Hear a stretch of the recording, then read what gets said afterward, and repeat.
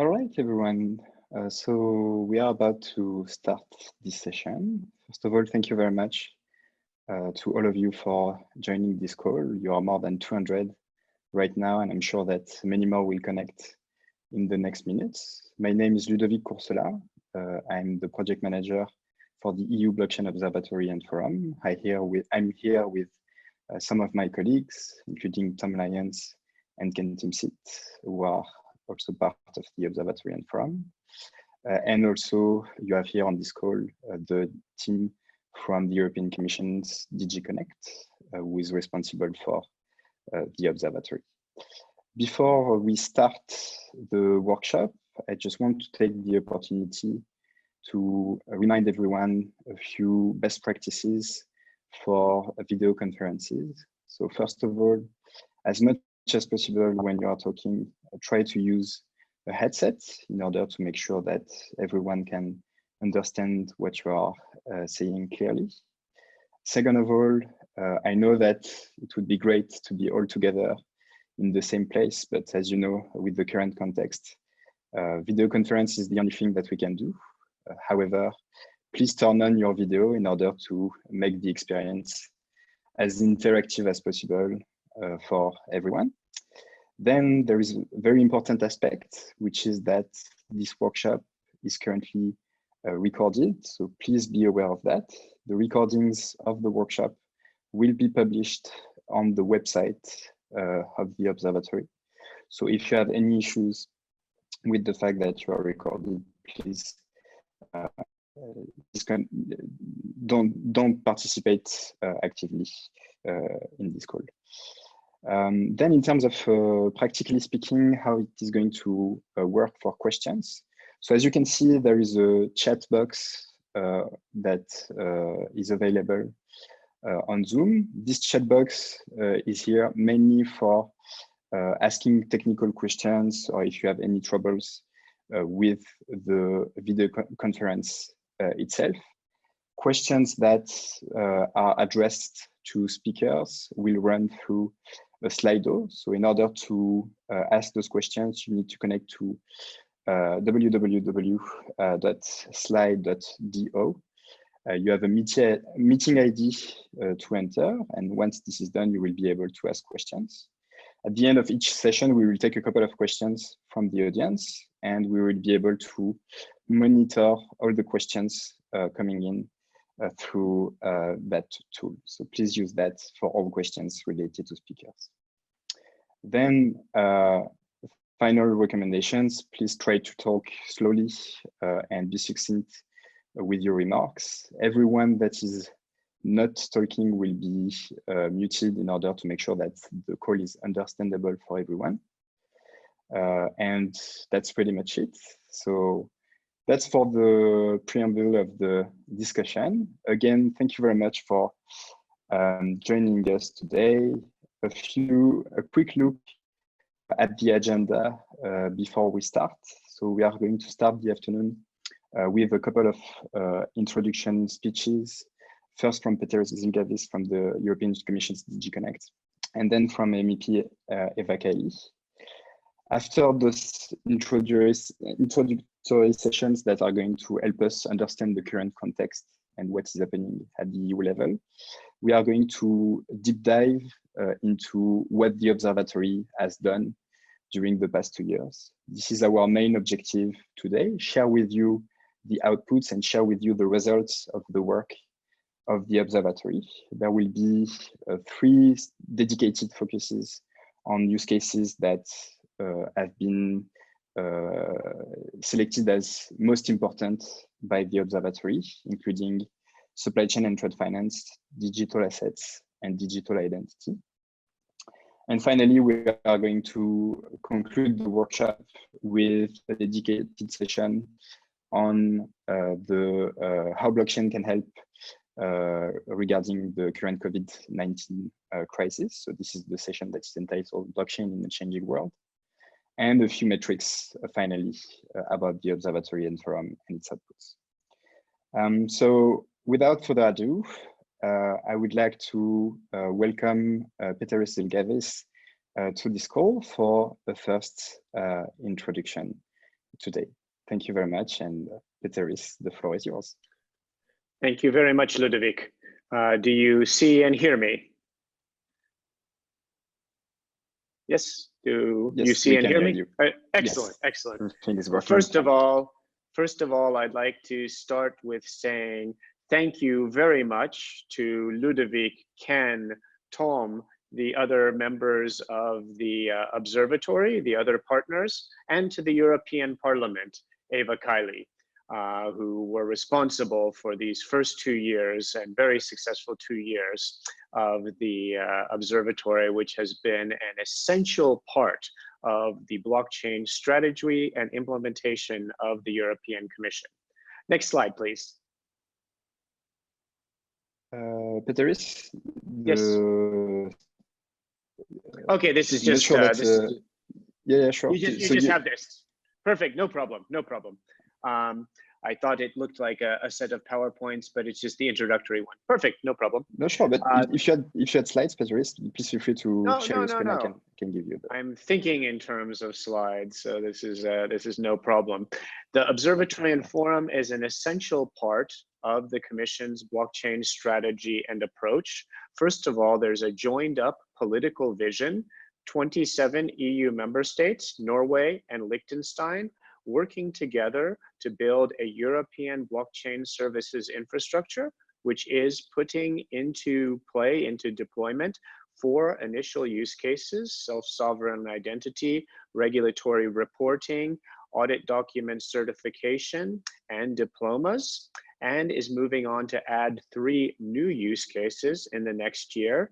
And what's important about this exercise, it's also showing the spirit and the collaborative mechanism in Europe for blockchain, that we're working like a regulatory sandbox. So I'll mention a few regulatory possible initiatives that we have, but we're learning while we're doing. So as well as listening to all of you, the community, we're also seeing ourselves what some of the issues are with the implementation of blockchain, with GDPR, with eIDS, and other requirements. Secondly, there's a public-private partnership that we work with, and this is in NATPA. Mark Tavener, the CEO, is going to speak later today, so I won't say too much about that, but it's in a model of Europe, the member states, the European level, working also with the private sector stakeholders, as well as NGOs and academia. Then we're connecting global and European expertise, and the less I say about that, the better, because this is you. This is the Observatory and Forum, and this is going to be presented today. And I just express my very sincere thanks and appreciation for everything you're done and what is going to be done in the next mandate. Then we're further investing in EU research, innovation, and startups. Startup EU is also in my unit. It works with deep tech and with the possibility of blockchain startups to converge with others, such as in artificial intelligence and Internet of Things, which is something that was discussed very much in one of the last reports issued by the Observatory and Forum. Next, we're promoting and enabling digital single market legal framework.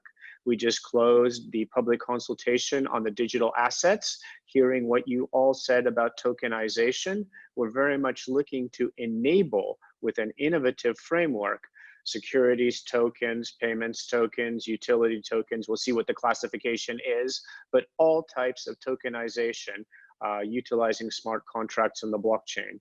We're also looking in the context of the Digital Services Act, which is, among other things, updating e-commerce to see whether something needs to be done on mutual recognition, on preventing fragmentation of smart contracts. We also work on interoperable standards with many of you in ISO Technical Committee 307 on blockchain, and in other initiatives in Sensenelec, Etsy, and elsewhere. And in skills development, we have initiatives coming to make sure that there are people with the high-level skills that are needed in order to deploy blockchain in the public and private sectors across Europe. We also have an artificial intelligence blockchain investment fund something that anyone working in innovation policy knows. One of the areas where Europe has been behind has been in venture capital. So we're trying as well with the public money and leveraged public money to ensure that the upcoming startups and scale-ups of Europe in AI and blockchain, or AI or blockchain, can get the investments that they need. And with that, I think I'm coming fairly close to the end of my time, but that is the framework that we're working in.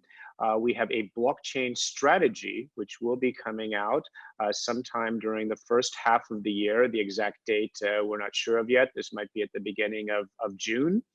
We've in principle prepared this initiative. This is our policy vision from the European Commission that will set out of how to take these initiatives further under the next budget. Also relevant to this work is the data strategy, which among other things underlines the possibility of using decentralized technologies like blockchain for self-determination for EU citizens to manage their own data. Also relevant is the digital strategy, which, as I mentioned, indicates that the blockchain strategy will be coming out, but also a standardization strategy, which will be coming out in the third quarter or the later part of this year, and which will, among other things, look at the standardization of emerging technologies, including blockchain. And with that, I will be listening with great interest in the next speech by MEP Eva Kaili, who's been one of the great supporters of blockchain and of the Observatory Forum up until now, and to all the other very interesting presentations coming in, including from our guests from Japan, the United States, Canada, and others. So thank you very much for your attention. Thank you very much, Peteris, for this excellent introduction. So I just want, before we move on to the next speech, I just want to remind everyone that you have the possibility to ask questions to our different speakers using Slido. So please connect to slido.com using the conference code EU blockchain, and you will be able to ask your questions, and we will select a few ones each time. Thank you very much. Eva, are you here with us? Do you hear us well? Hi, yes, can you hear me? Yes, perfect. We hear you very well. The floor is yours, Eva. So thank you so much. I'm sorry I don't have a video, but my iPad crashed, so I will try to do it like this. I want to thank you for having me here in the concluding workshop of the EU Blockchain Observatory and Forum. And I want to start with a brief comment that is coming from my experience from the previous years on Monday. So I'd like to highlight that the attempt of the Parliament and the Commission to create a framework of work around blockchain technology was mostly an issue, I would say, of political entrepreneurship, if I can call it like that, since we had to create demand for action around blockchain 2015, basically. Around blockchain in rigid and difficult organizations like the EU institutions, especially in a moment when blockchain was considered as equivalent to Bitcoin only, or the ICO's fever, and it was bringing very negative connotations to the mind of conservative policymakers and legislators. So it was the attempt, I would say, and I have to thank my team in the European Parliament, especially Dimitris Tsarakis and the team of Peter Izilgalvis in the Commission, that they managed to widen the understanding of the uses and the value of blockchain beyond Bitcoin. So we wanted to stress the politicians, one-to-one, and policy executives that through blockchain, we don't have just a breakthrough technology for payment and entrepreneurial and finance, but also a disruptive tool in the areas of energy supply chains, international trade, data ownership, digital identity, copyright, patenting, and healthcare. Actually, healthcare was the first application we explored in Europe. So the European Blockchain Observatory was instrumental in this effort. It has brought together more than 2,000 members to work on the potential of the technology. And I want also to thank the consensus coordination that I believe the role was really critical for the success and for the contribution to the success. And as a chair of STO, I managed to work quite close to the observatory. So I feel that it worked tirelessly on the setting of a framework and a European approach that is well received by everyone. And the studies it produced were strong in crucial policy areas to managing to link blockchain with data privacy, legal services, the public sector, and of course supply chain. And I would say it made the advances, but we still have a lot of work to do there regarding the crypto assets, the scalability problems of the technology, and the convergence of blockchain with AI and IoT. So in terms of influence, I think the numbers speak of themselves. 25,000 downloads of studies and more than 300,000 visits to the site of the observatory. And also for me, it was important because it was basically a point of reference to anyone that would ask me what's happening with blockchain. So it gave us a trustful point of reference when we were in need for significant technical input. So I think now blockchain became actually something we are more familiar with in the markets and the public sector. It's an integral part of any innovation ecosystem and significant regulatory initiatives from the EU. And basically in the interface between the digital single market and capital market union. And maybe we're more mature now that this is a wonderful technology and we see the potential of what we can do to overcome, of course, scalability problems that could affect, for example, the efficiency of smart contracts and to be able to test the efficiency of concepts like disintermediation principles. And also the significant limitations we have in large-scale projects. So since we also have empirical data of what kind of protocols and design architectures could work, and some that cause delays and unsatisfactory results, I would say we have a clear understanding of what a blockchain-based solution could be. And we also know that when a solution cannot be delivered on time, with a reasonable number of code lines, and with a reasonable number of developers, then there is something wrong in the blockchain solution building, so in the architecture, not the technology. So the conclusion of the work of the observatory, I would say, is we are now in an era of adulthood. Basically, we understand it, and it's all about governance now.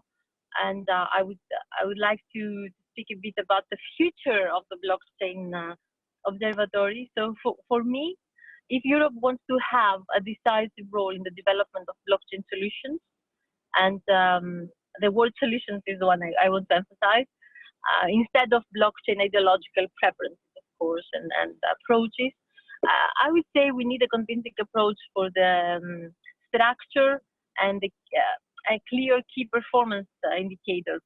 So I believe we should work systematically on these aspects, and the European Commission to use the knowledge of the ecosystem that underpins our EU Blockchain Observatory and Forum, and having clear KPIs as the first step. So the second step, I would say, is to link the European blockchain ecosystem with the major blockchain initiatives and use cases that the Commission runs itself or in coordination with the member states. And we have also, I'm now a member of the budget committee, and I have a new mandate, and I can see inefficiencies we have of innovation funding, and I will try to help as much as possible. So I feel we need new tools to assess the quality of results of our funding. And I believe we could perhaps augment ecosystems and crowdsourcing contributions at this point. So many brains could work, of course, for better solutions. And I feel we have to reflect on the budgetary policy of the EU, especially to the funding of technology transfer. And if decentralization matters, as the blockchain community believes, then we should make sure that decentralization can also be practical, not a blockchain concept, but a philosophical concept. So I would say we have a lot of high ambition, and we have to call, as the European Parliament, I will do my best to give the mandate to the Commission to remain the best place in the world to blockchain, Under the leadership of Peter Galvis, I feel we achieved so much with wonderful activities on identity, taxation, notarization, and verification already, and now looking at more advanced solutions. So I think we should also look and call on the blockchain services infrastructure, the EBSI, because I understand that the member states are building their own nodes, but the burden of the Commission to coordinate that, especially DigiDigit, it's too much, and I think we should associate it with the financial risk, the operational risk, the technological risk, the implementation risk, and the time delays. So if it goes bad, we can blame easily the Commission, but the EBSI should manage to work better with us. So I would call for a stronger blockchain ecosystem to reduce this risk. So I think that the new EU Blockchain Observatory should reflect on potential solutions to these governance problems and respond to that with a plan. I would say that if we want to make this a success story, we have also to connect it more to the INATBA. We have now a new CEO, Mark Taverner, a very dynamic personality, and I think it would be very strategic to work with Peter Galvis as well as with EBSI. So I would like to make sure that we will support this collaboration with our means. And if I would make like 3 final recommendations, I would advocate in favor of the unity and against the fragmentation of a European blockchain ecosystem. I would suggest the creation of a mechanism that would link these 3 main tools we have. And I would definitely suggest to EBSI to be represented in this observatory and in NATPA also, in a way that the member states will be able to take the collective wisdom of this ecosystem and compare it with other proposed architectures, and also in terms of efficiency, operational feasibility, and cost. And finally, I think we need maybe I say a different agency or a distinct directorate on blockchain in the DigiConnect.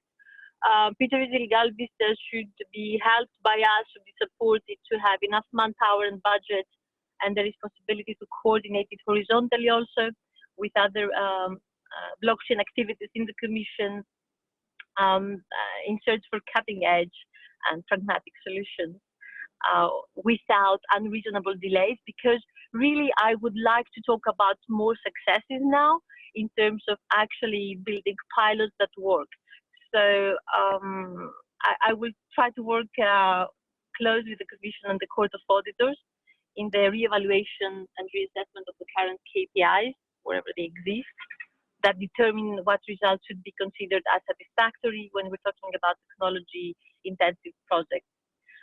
So I want to thank now all of you who worked hard in the last years in this observatory, contributing with your knowledge, your passion, experience, and I would definitely say enthusiasm, because this is what I love the most, with people that understand blockchain, and also the dedication to the European Blockchain Initiative. And thank you for your contribution.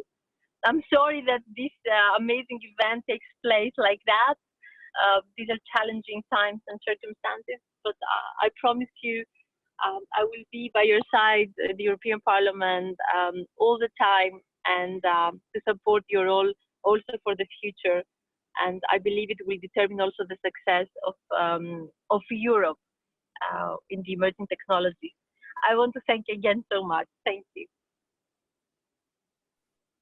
Thank you so much, Eva, for this wonderful speech. And most importantly, thank you so much for being so supportive for such a long time for the work of the Observatory and blockchain in general in the EU. That's definitely thanks to you that today Europe can say that we have practical outputs on blockchain, gathered knowledge. So thank you so much for everything. Before we move on to the next session, we are going to take the opportunity to look at the few questions that were asked to our speakers. So here they are. First question, how can we get involved with the European Blockchain Observatory and Forum today? I can answer that, but Peteris, maybe you want to go ahead and explain to our participants what can be done? Exactly. Well, in this Blockchain Observatory and Forum, we had the possibility to put all of your projects and initiatives on the mapping. Then further, we had a call for experts on the advisory committees. We're starting a new mandate, as I underlined, not because of any problem. We were very happy with the cooperation with this team, but there was a new public procurement for the next 2 years, fairness under the rules. So we're starting with a new team in the upcoming days and weeks, and there will probably be another call for proposal for experts, which you can look forward to. But in the meantime, utilize all the resources that are on the website, which are still available to you.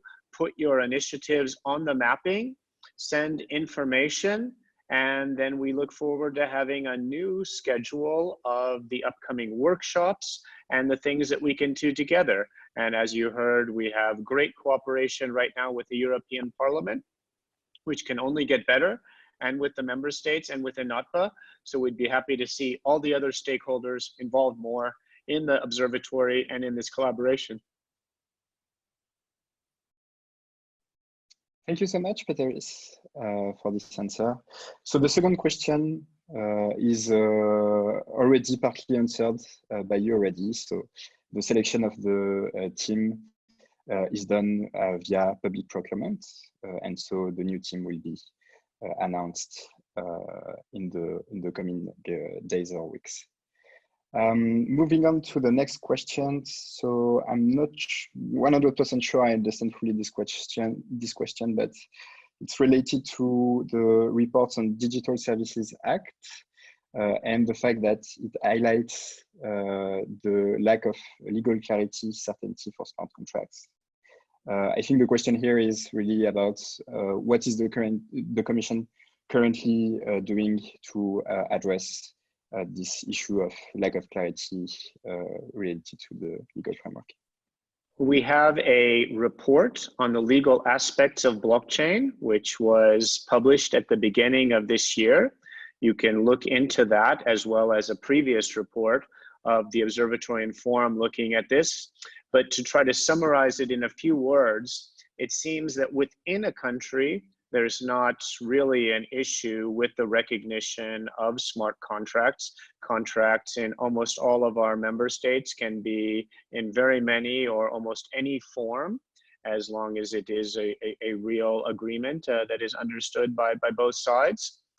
And what is an issue that has been pointed out, that you might have different requirements added on to smart contracts for their recognition in different member states, which could lead to a fragmentation of smart contracts across the 27, which is something we very much want to avoid.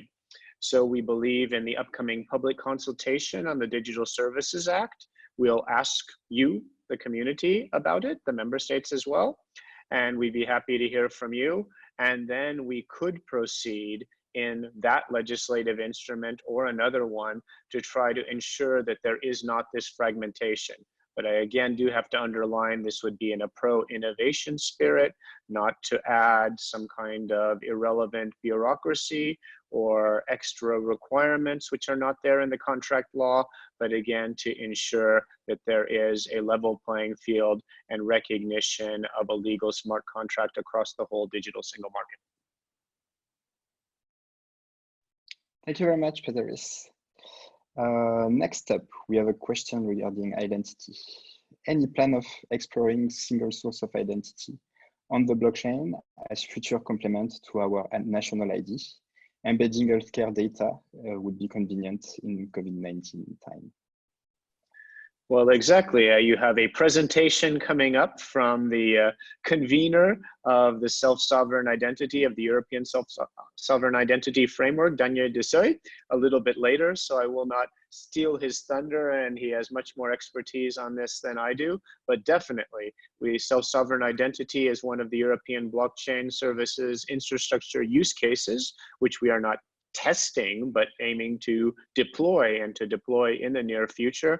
And plus, in the next steps for EIDS, we will be looking at adding the decentralized solutions.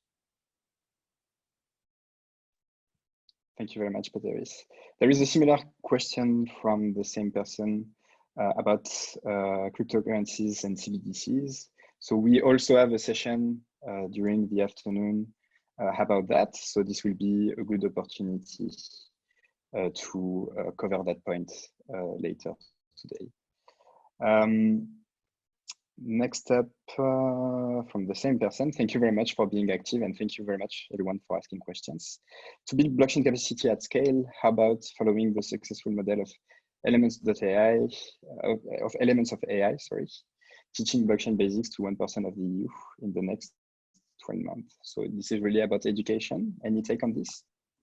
This is a very interesting idea. I mean, the Blockchain Observatory and Forum was among other things, intended to do this education, to undertake this type of education. But in the next mandate, this very successful course, which was prepared, I think, by the Finnish government, could be a model as well for blockchain. And definitely, and we can also perhaps look at the intersection of AI and blockchain in that context. All right, excellent. We will take a last question that would be probably helpful to clarify. So how would you define the relationship between the European Blockchain Observatory and Forum and the EBSI? Thank you. Well, the EBSI is building a real thing, the infrastructure. So it's building as well as reflecting and looking as well at the legal framework, which is needed when you're building something. And these are the member states and the Commission. But of course, the member states are all of us. We're all citizens, we're all consumers, we're all members of society. So the EBSI is the expertise of the Blockchain Observatory and Forum is the expertise, the knowledge, the civil society. So the knowledge of the Blockchain Observatory and Forum, the expertise, feeds into the work in actually implementing blockchain and in the public sector. And in fact, we could perhaps have some seminar together. We have had common activities at places like the Convergence Global Blockchain Congress. But this is, again, I think, an excellent suggestion that we bring together the new Observatory and Forum, perhaps on a specific subject, specifically with the EBSI, though I can already note on areas like EID, as well as public sector blockchain use. I mean, some of the most important experts were the ones coming from the EBSI and from the member states. All right, excellent. So thank you so much, Eva and Peteris, for those very interesting discussions. So I'm going to archive all the questions that have been currently asked in order to clear that for the next sessions. So now you can ask directly questions without mixing them up with the previous ones. Next up, we have Tom. I'm going to stop sharing my screen right now and allowing you, Tom, to move on to the next session. Hi, everybody. Can you hear me? Yes, we can, Tom. Okay, good. So I will share my screen, making the next question. Can you see the screen? And yes, we can. And the presentation. All good?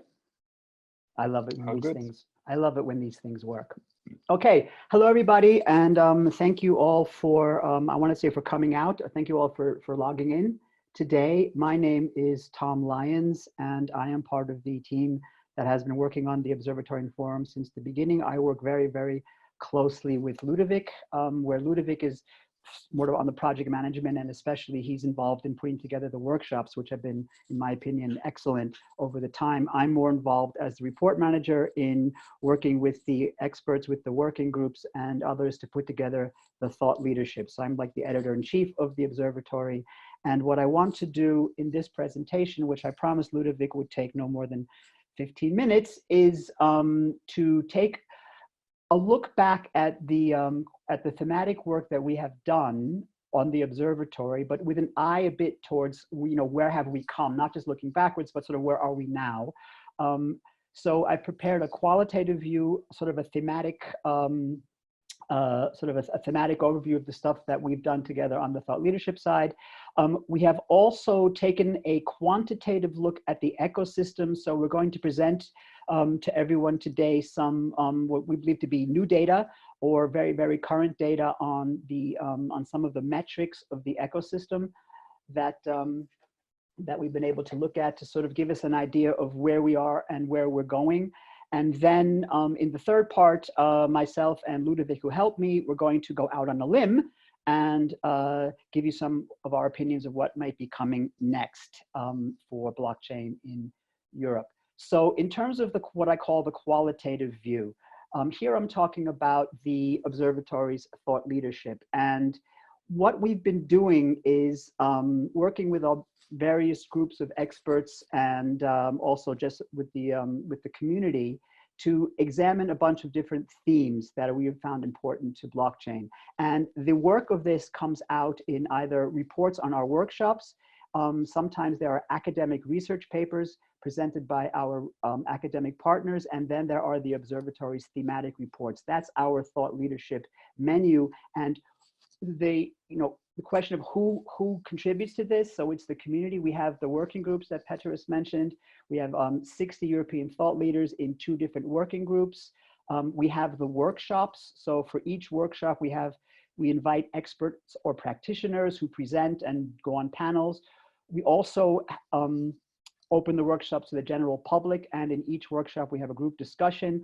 All of the workshop discussion goes into the thought leadership. We have the 3 academic partners that you see here. The community contributes through the blockchain map, through the online forum, and in the secretariat, also in the working group of the Observatory and Forum, we have the DG Connect team and the 3-person consensus team.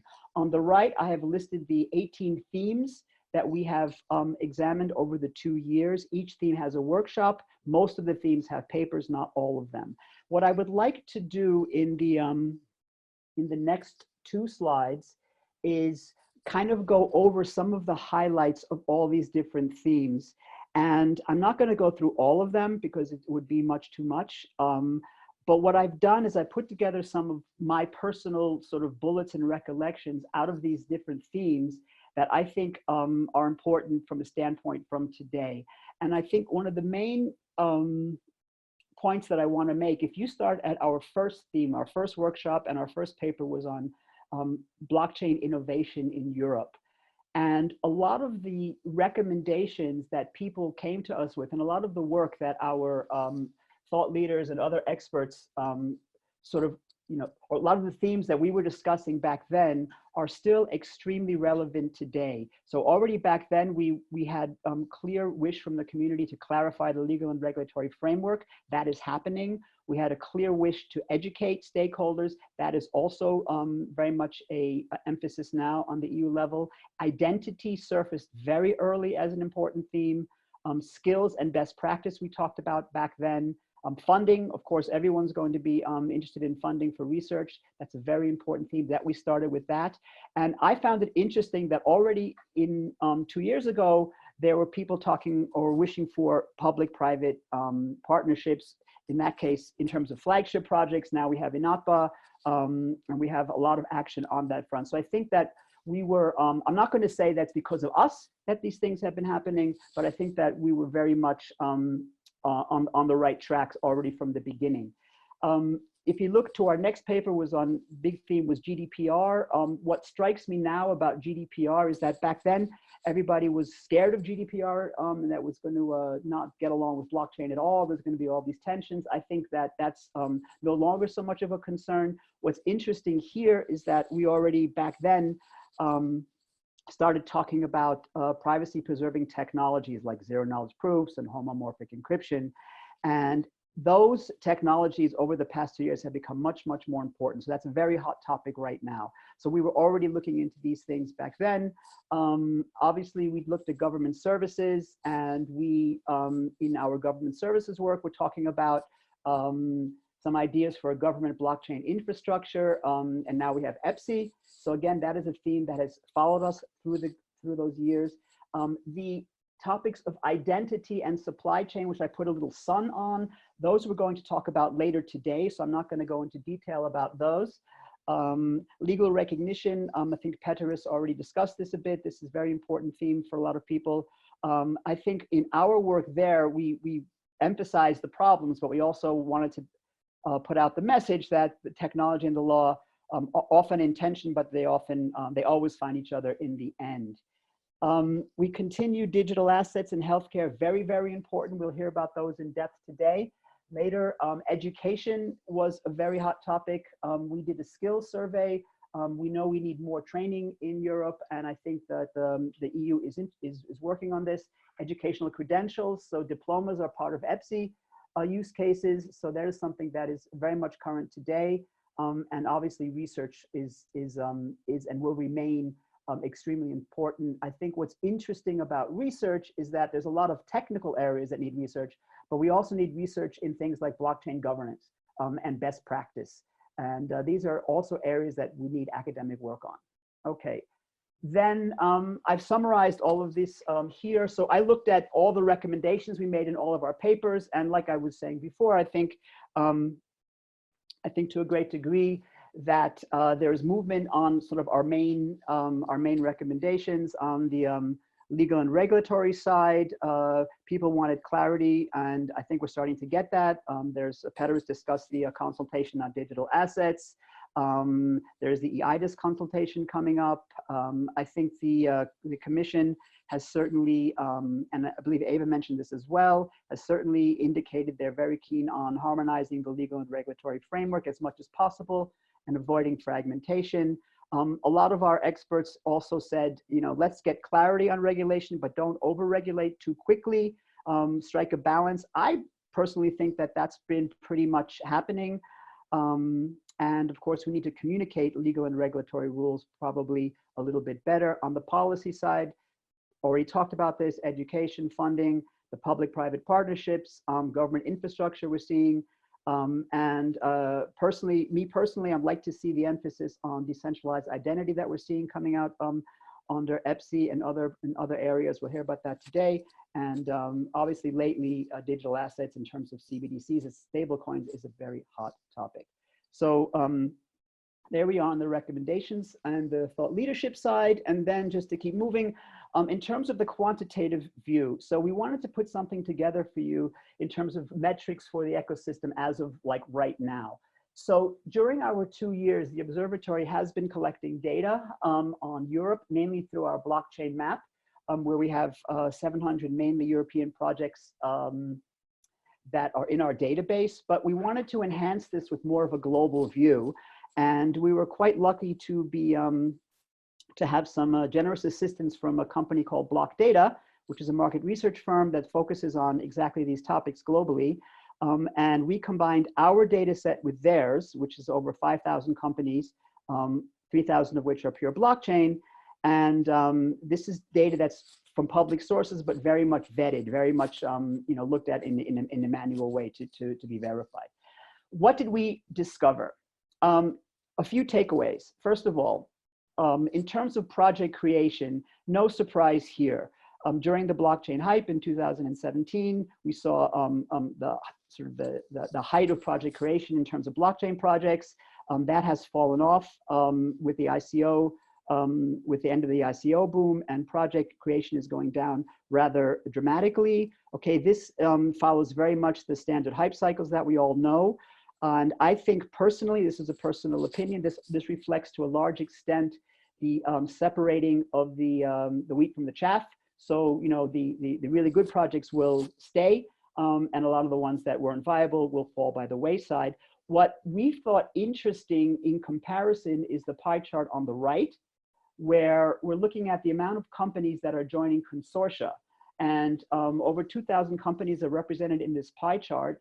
And these are companies who, since 2017, have joined some sort of blockchain consortium, either as a founding member, that's in blue, or interesting, many people are joining up as just regular members. We think this indicates a maturing of the industry, and that people are starting to really want to get some work done with blockchain, and they're also learning how to cooperate with each other.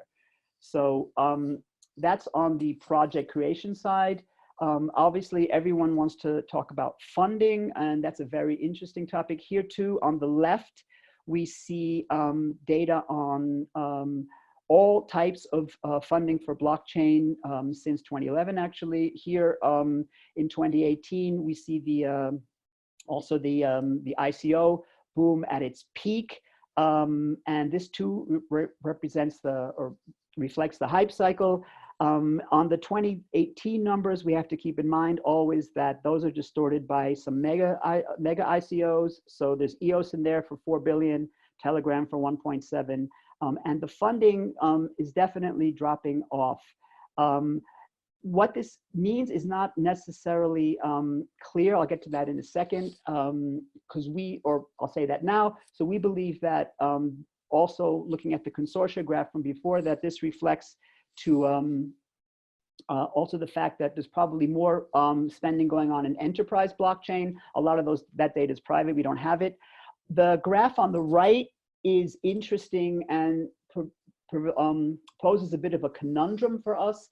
So this is looking at total STO, so securities tokens offerings, versus the verified amount raised since STOs became a thing a couple of years ago. The blue bar is the number of projects. And as you can see, between North America and Europe, the number of projects who announced an STO is fairly the same. Where we're having a problem is finding data in the EU for the closing of these rounds. And I'll be very honest with you, we don't know why. It's just, so the block data folks took a really close look at this, and we can find the announcements, we can't find anything after that. Did they fail? Did they just stall? Are people potentially not reporting because there's regulatory uncertainty, or do they not feel the need to report because there's regulatory uncertainty? We don't know, and we pose that as a question to the community. Moving on to use cases, no surprises here, at least in my personal opinion. On the left, we're seeing, or my left, we're seeing top 10 industries of blockchain projects inside the EU member states. On the right is the rest of the world, including the EU region. So EU region includes Switzerland. More or less the same. There's a heavy focus on finance, capital markets, or financial infrastructure. Obviously, a focus on the technology. If you want to look for differences, we do note that in the EU member states, there's a larger emphasis on identity and reputation than in the rest of the world. Energy and legal tech are interesting there.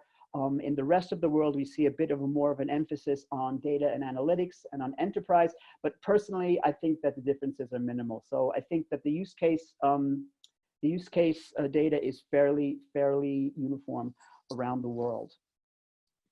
And last but not least, we were looking around for maybe some other metrics that might be able to indicate how the ecosystem is growing besides just funding and projects. And Ludovic spent some time looking at smart contracts and their deployment. And what we want to say here, when it comes to digital assets, it's clear that Ethereum remains the most popular smart contract platform. The blue bar represents the value of the native token value of Ether, and on the red is the value of either stable coins or utility tokens that are hosted on Ethereum, usually ERC20 or maybe 721 standards. So you see, there's a lot of Ethereum remains in the first place here in terms of digital assets in a public setting. On the right, we looked at the development of smart contract deployments over time. And as you can see, that's growing and growing and growing. What does this mean? Well, it means mostly that more and more developers are writing smart contracts. Now, whether these contracts in this graph are just somebody putting out a hello world, trying their first smart contract, or deploying something for real, that that remains to be looked at. One indication is that of all these smart contracts, 80% of the transactions are coming from 0.05% of the smart contracts. So really only very few are doing any actual transacting. And I think I just about might make it. Last but not least, a look to the future. So, summarizing and talking with Ludovic, summarizing all the work we've been doing, these are the developments we think you should probably be looking out for going forward over the next year or two. We believe that the blockchain ecosystem and the industry will continue to consolidate and mature, as we saw in our graphs. There should be more and larger consortia, more projects and platforms going live. We've been talking about this for a while, and we are seeing those trends. We are very, very keen on the European blockchain services infrastructure as a means to boost adoption more generally, and I'll get to why in a second. We think there's going to be significant movement on decentralized identity, and again, that will be looked at in detail later in the workshop. But we have SSI as part of the EPSI initial use cases, and the thinking is that as people start to use blockchain-based applications for government services, for example, through EPSI, blockchain will start to get more real for citizens. Whether they know it's blockchain behind it or not, that's a different story, but we'll start to maybe drive adoption through these channels. Digital assets will continue to be important. In the early days of the blockchain ecosystem, digital assets were driven by cryptocurrencies and ICOs. Now we're seeing more institutions getting involved. Obviously, everyone's talking about central bank digital currencies. And if we start to see CBDCs coming online, that's an open question, but there's certainly more and more talk about it. That will clearly catalyze growth in the whole digital assets ecosystem and in the blockchain ecosystem more generally. Last but not least, as I think we've already heard from Peteris and touched on, we expect increasing clarity on the legal and regulatory front, hopefully also harmonization within Europe. Almost every country has come out and said something about digital assets. We have the digital assets consultation. There's an EIDAS consultation coming up. And I believe I said this before, but there's a clear desire from the EU for harmonization on the legal and regulatory front.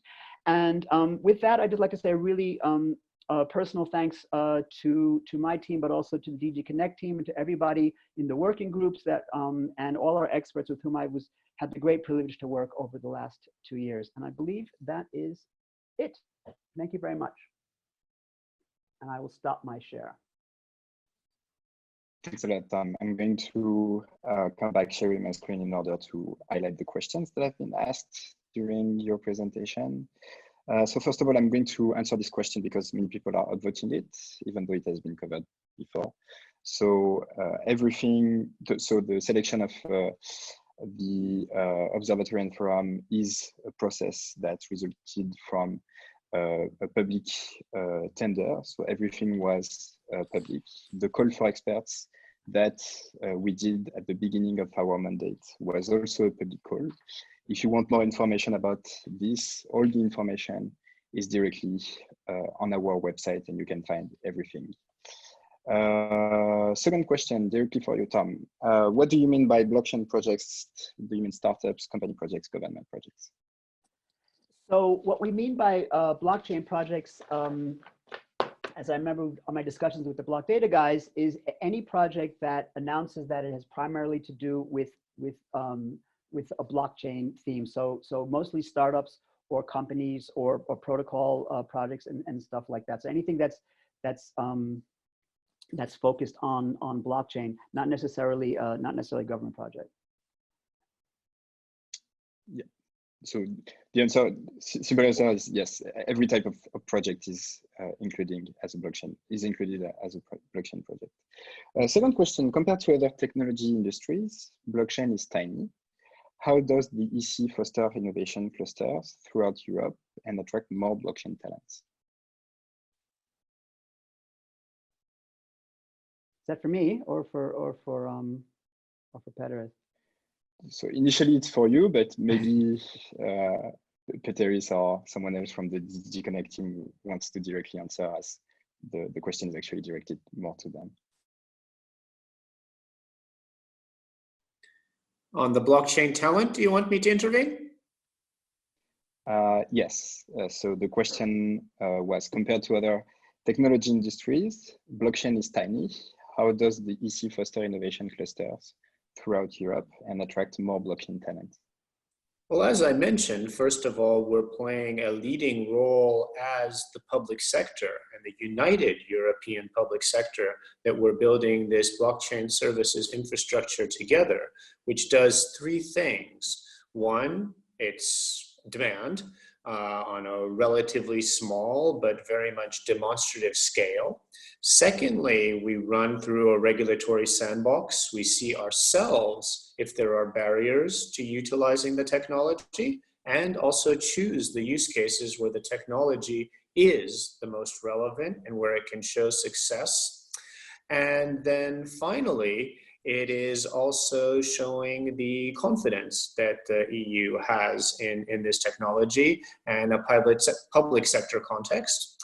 Then we're working with INATPA, which is the private sector side. So again, making sure that there is a coordination and a visible both meeting place and support and coordination network for blockchain private sector. Then we have the financing, the AI blockchain investment fund, the research financing, which I mentioned, but it's over 200 million euro, I think, including the upcoming calls, including new ones on decentralized data, on self-sovereign identity. So, you know, this is a part of the puzzle. It's never going to be an action from the European Commission makes a technology by itself, but we're very much playing a role in trying to take a leading role in ensuring that the technology is able to prove itself, that the barriers are removed, that there is financing available, and that this will be something that will be part of the next generation of internet, which is a broader scope, but also of these emerging convergence technologies, along with artificial intelligence and IoT in Europe. And I underline, with the citizen at the center, that the technologies serve the citizen and serve the society. Thanks. Ludovic, if I could just add maybe a personal observation to that question. I remember that when we did our innovation, we did the first workshop, there was a definite feeling that the European blockchain ecosystem, also the grassroots ecosystem, was actually pretty good and pretty lively. So not innovation clusters, but a lot of blockchain communities throughout Europe. That was considered a strength. All right, thanks a lot, Tom and Peteris, for answering those questions. We are going to move on to the next session, as we have an agenda that is pretty packed today. So moving on directly to the next session. First of all, Marina and Pablo, are you with us? Can you hear us correctly? Hello, Ludovic. I'm with you. Hello, Ludovic. All right, excellent. Thank you so much for being with us today. It's really a great pleasure to have you for this discussion. So this discussion will be working as follows. So we are going to have a first focus during the next 30 minutes on supply chain and trade finance, as this has been covered by the research activities of the Observatory and Forum. I'm going to start by very briefly summarizing some of the key learnings from the Observatory, and then moving on to a panel discussion with our two speakers. But before we do that, I would like to take a bit of time just to give the opportunity to Pablo and Marina to introduce themselves to the audience. Marina, would you like to start? Yes, thank you very much for inviting me today.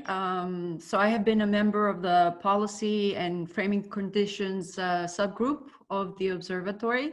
I'm an economist by training, and I have done previous work on blockchain with the International Finance Corporation of the World Bank Group.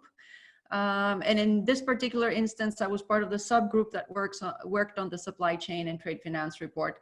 But I have worked in other reports, the legal and regulatory and AI and the convergence report. So happy to be here. Thank you so much. Pablo? Thank you. So first, thank you, Ludovic, for inviting me to this workshop. I'm also really happy to be here with you today. So to briefly introduce myself, I am Pablo Vallès, venture architect at Consensus, and mostly focusing on supply chain and global trade projects. So I will try to provide you tangible insights from live projects on which I worked in the past years. Thank you so much. So starting off with what I was mentioning before, a very quick overview. So supply chain and trade finance is our use cases for blockchain that have emerged first. And what we have seen with our research with the Observatory is that there is a current demand for improving today's supply chain and trade finance system using blockchain technology. Those are use cases that span across many different industries. Some of them include the pharmaceutical industry, the classical heavy industry, retail, luxury goods, and many others. And we have seen many projects emerging during the last few years. Some of them being set up as, most of them actually being set up as consortia in order to bring together an industry and try to change those underlying systems leveraging blockchain technology. The promise that was shared to us, that was shared with the Observatory during our work was mainly for supply chain, the goal to help combat fraud, prove quality and provenance, and manage complexity using blockchain technology. And for trade finance, what is at stake here is really about the digitization and the streamlining of processes that are today mostly paper-based, manual, and very costly. During our work with the Observatory, we have highlighted a few challenges that projects are currently facing. Some of them are harder to solve than others. From the hardest part, there is the cooperation and governance. As I was mentioning before, most of those projects are consortium projects. And so there is at stake the fact that you need to bring competitors together and the full industry together in order to have projects that are really successful, which is a very difficult task in itself. Then you have challenges related more to the core blockchain technology. These are not specific to the supply chain industry. Those are, for example, scalability, interoperability, privacy, integration with IoT. And then on the issues that are currently a bit easier to resolve, we have things related to standardizations, the interactions that we have, that projects have with regulators, and more specifically, the fact to onboard some of those regulators in order to give them a more transparent view on the different activities. And finally, some questions about the legal recognition and the legal framework around all those activities. So this was a very short summary, and I would like to directly jump in with a question to you, Marina, related to this last part. I would like to get from you your view on the challenges, as you are one of our experts who worked on the report. What is your take on the challenges? What are the most important ones? And can you please expand a little bit on that topic? Thank you. Thank you, Ludovic. I would have to say that the challenges are perhaps a little different pre and post-COVID. So a lot of our discussion that was encapsulated in the report predated the crisis.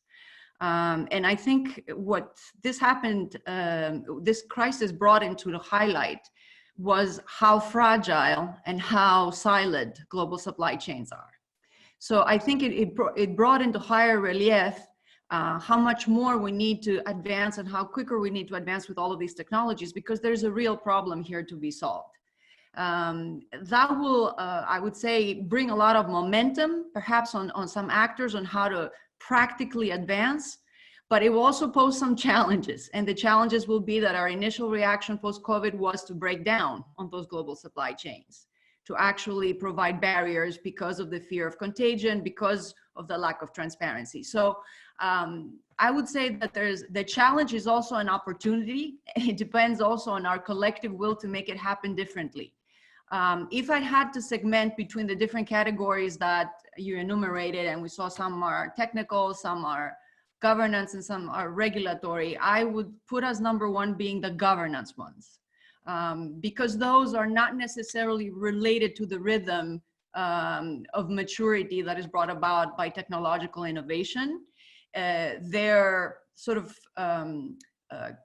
issues about having a very diverse community of actors and stakeholders being able to sit around the table and effectively agree on how to go about doing business. And while that is the big paradox about blockchain, it can facilitate in creating trust sometimes among those actors.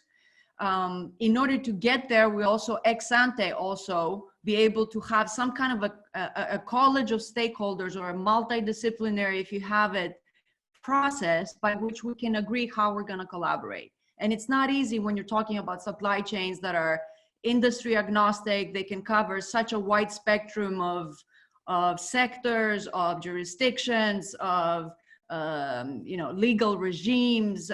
So there's a lot of work to be done. It can be daunting, but I have to say that it's also the area that represents the biggest potential, because there is an amount of progress that has been done.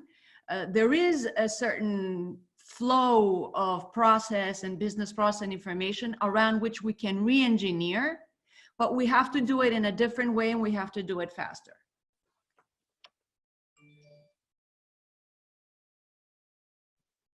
Thank you so much, Marina, for those first insights sharing with you. So Pablo, I would like to go back directly to you. So we understand that this aspect of governance is actually one of the most difficult things to achieve when it comes to answering supply chain and trade finance use cases. Many consortiums have emerged in the recent years. Can you please share with us from your experience what it takes to build those consortiums and some of the best practices that you have been able to witness on your side? Sure. So, of course, there are a lot of challenges when creating consortiums. Most of them has been already mentioned, but I will try to classify them using the categories you present in the previous slide. So the first one will be the collaboration between the consortium members. It's very difficult to achieve a high productive level of collaboration when you are not used to work together. And firstly, the consortium members must, let's say, set up the best governance model from the start. The best governance model will find the right balance between decentralization between the members, but also execution speed. If we look at a very concrete step, when defining the best governance model, it's also about creating the most appropriate legal entity. What is the best legal entity structure that will support the consortium and enable us collaborating in the best way. And besides, the members need also to be aligned from scratch on the platform scope or the project scope and the roadmap, and specifically for the main common features, which is not always easy on the ground, as the consortium members or stakeholders could diverge regarding, for example, the features prioritization. If we move to the second category of challenges, I think that The second one will be around technology and the delivery of the platform, with, for example, the ability to integrate the new platform with a legacy system of the stakeholders, or to connect this new platform with external systems. So this is to accelerate the platform adoption. But another point, which is important, is also the implementation of on-the-shelf solutions or products, basically to remove security risk, which is a very high risk, but also to decrease the time to market, which is quite critical to ensure a good momentum for the project. And finally, there is a third category of challenges that we mentioned around standards. So in the blockchain ecosystem, we talk a lot about blockchain interoperability, networks interoperability, which is, to my opinion, quite a prospective topic at the moment, but still really important to anticipate when you launch a consortium and build a platform. And the only way to achieve this interoperability in the future is to begin today to use common standards, for example, advanced token standards, when we talk about smart contracts, or open source blockchain protocols, when we talk about the blockchain infrastructure that are designed and recognized by the entire ecosystem. So that's it for the challenges when you launch a consortium and when you start building the platform for this consortium. If I may add, because I think that's a very important point that Pablo is making on consortia. So we've seen a proliferation of consortia in the trade finance alone. There have been more than 20 in the last couple of years. There is also a danger of creating too many different fragmentation of protocols across consortia, because also individual companies sometimes participate in more than one. And they're doing it as a way of testing perhaps different technologies, and also for them to understand which makes more sense. But if you're, let's say, a regulator or a policymaker, you would like to be able to see at least some kind of a convergence on that, so that there can be economies of scale. And the industry would have an interest in that as well. So the question is how to balance the individual interests of the participants to the collective of the industry and push towards sort of a common standard.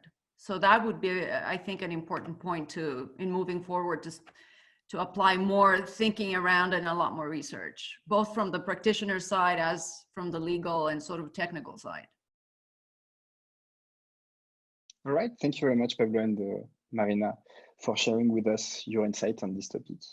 So I want to continue after the challenges. So we are able to highlight some challenges, as many of the projects that are currently live today were actually created a few years ago in 2017, 2018, and 2019. The question I have for you now is more related to the outputs. Did the technology actually deliver its promises? And can we cite some examples that could be seen as successful in their industries? Maybe starting with Marina, if that is okay. Okay, well, I won't go into making such a wide sweeping statement to say that they've delivered on their promises, because I think the horizon is too short to say that the promise of blockchain can be fulfilled in a couple of years.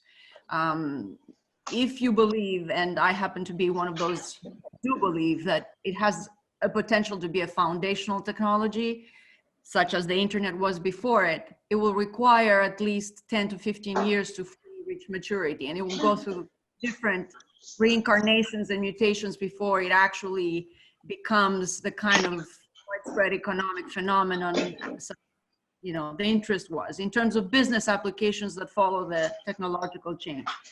But I would say that even in the short periods we are talking about, which is, you know, 2 or 3 years, we have seen in the area of trade finance, for example, a lot of progress, not only in terms of the formation of consortia, but the consortia actually delivering services. So they actually have gone to market, whether that's we trade with, you know, 12 banks that started with 4 banks and now they're 12. So we're seeing a momentum being built around something that started as a POC a couple of years ago to now becoming something much larger, with more stakeholders in, with extending the scope of things that they're looking into.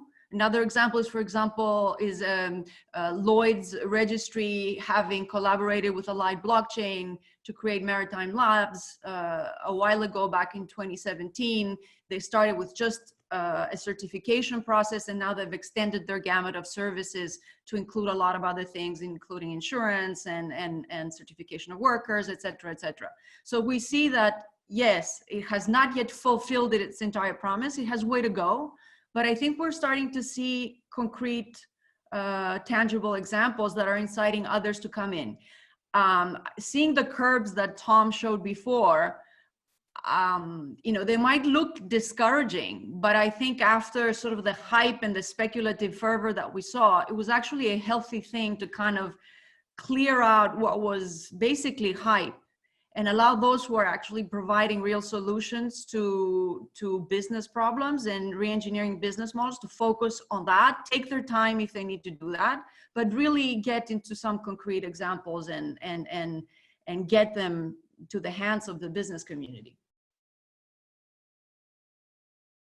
Thank you so much, Marina.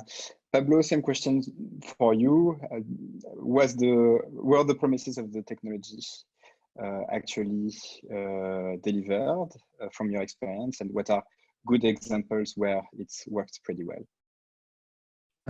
Yes, sure. So I will mention some projects on which I worked or on which Consensus did, and share with you basically tangible results of this project or benefits. So if we start with a supply chain or logistic, I can mention the Aura project, which is a blockchain-based platform launched 2 years ago by LVMH and now operated by a consortium of luxury brands. The Aura platform aims at managing digital certificates associated to physical products. And if we look at the results or impacts, so today Aura makes it possible for brands to control the distributions of networks, firstly to fight against grey market and counterfeits, but also to foster trusted client relationship.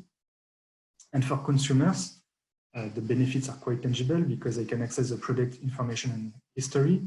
They have the opportunity using the authenticity certificates and the ownership certificates to go on the secondary market to resell their physical product in a safe and secure way.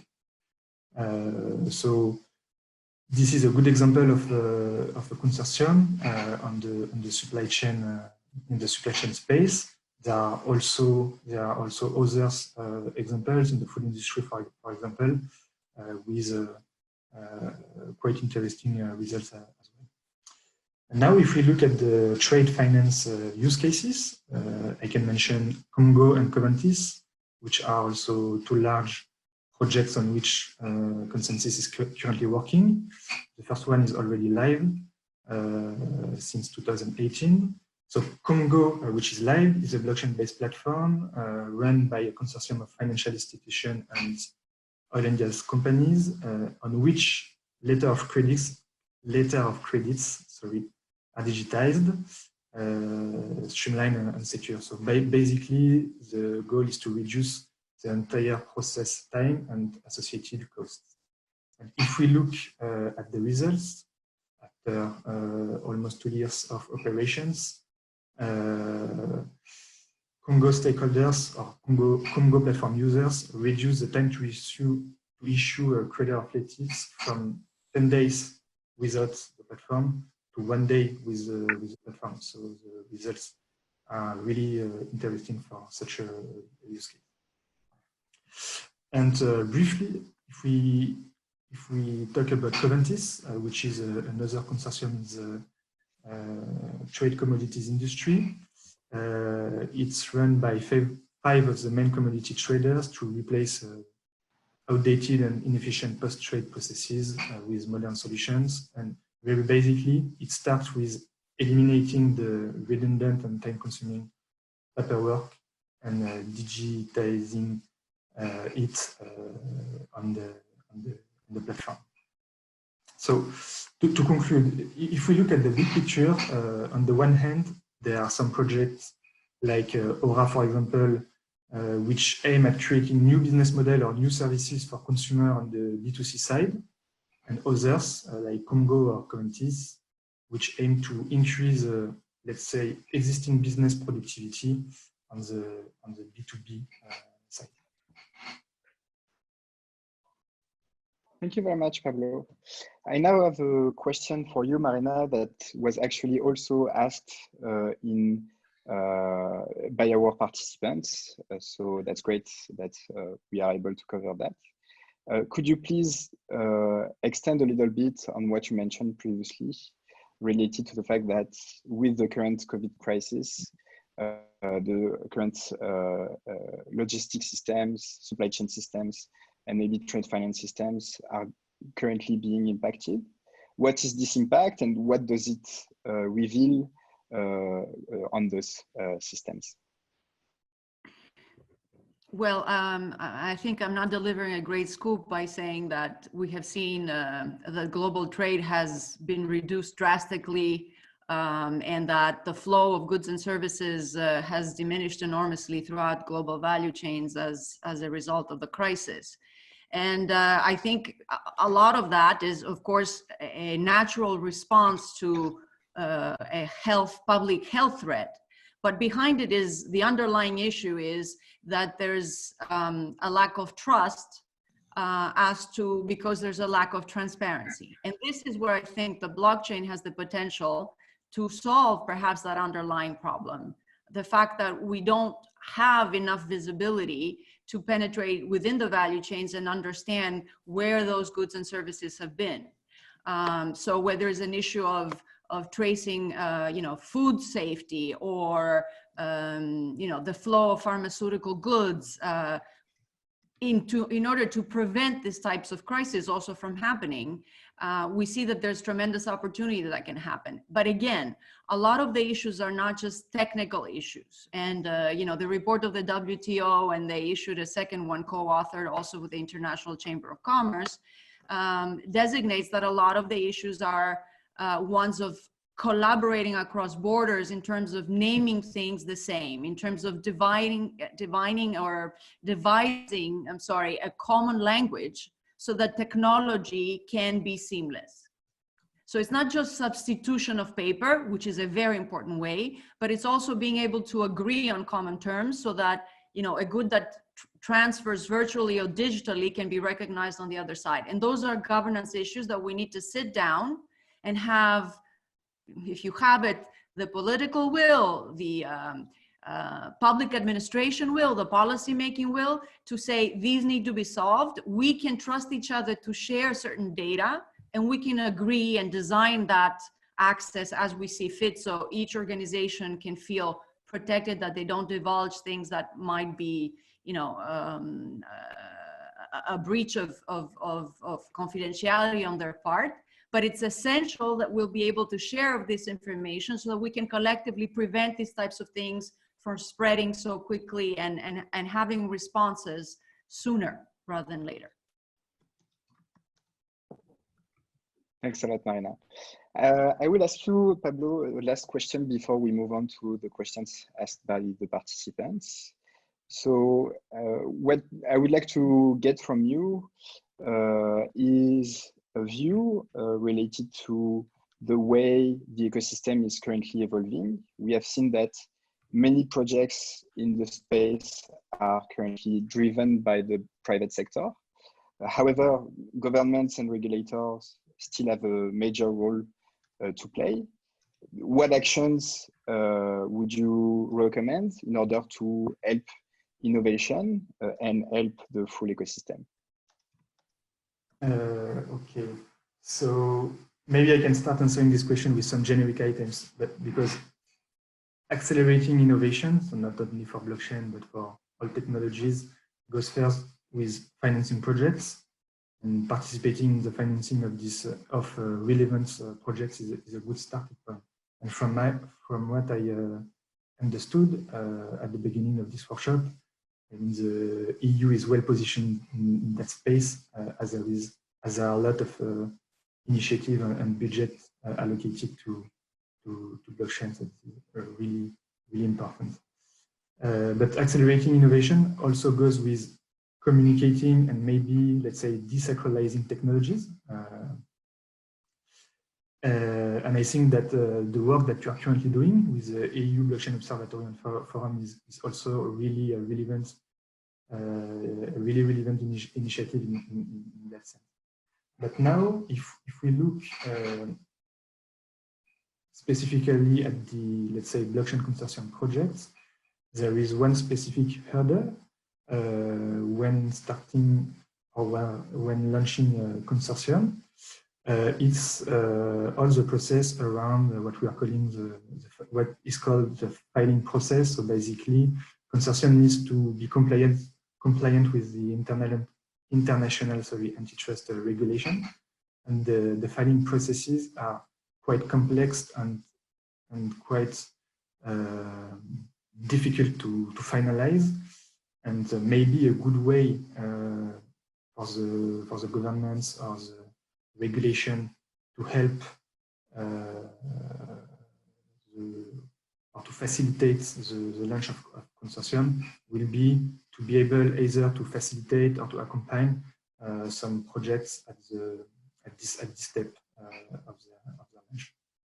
So specifically on the filing process regarding the antitrust regulations.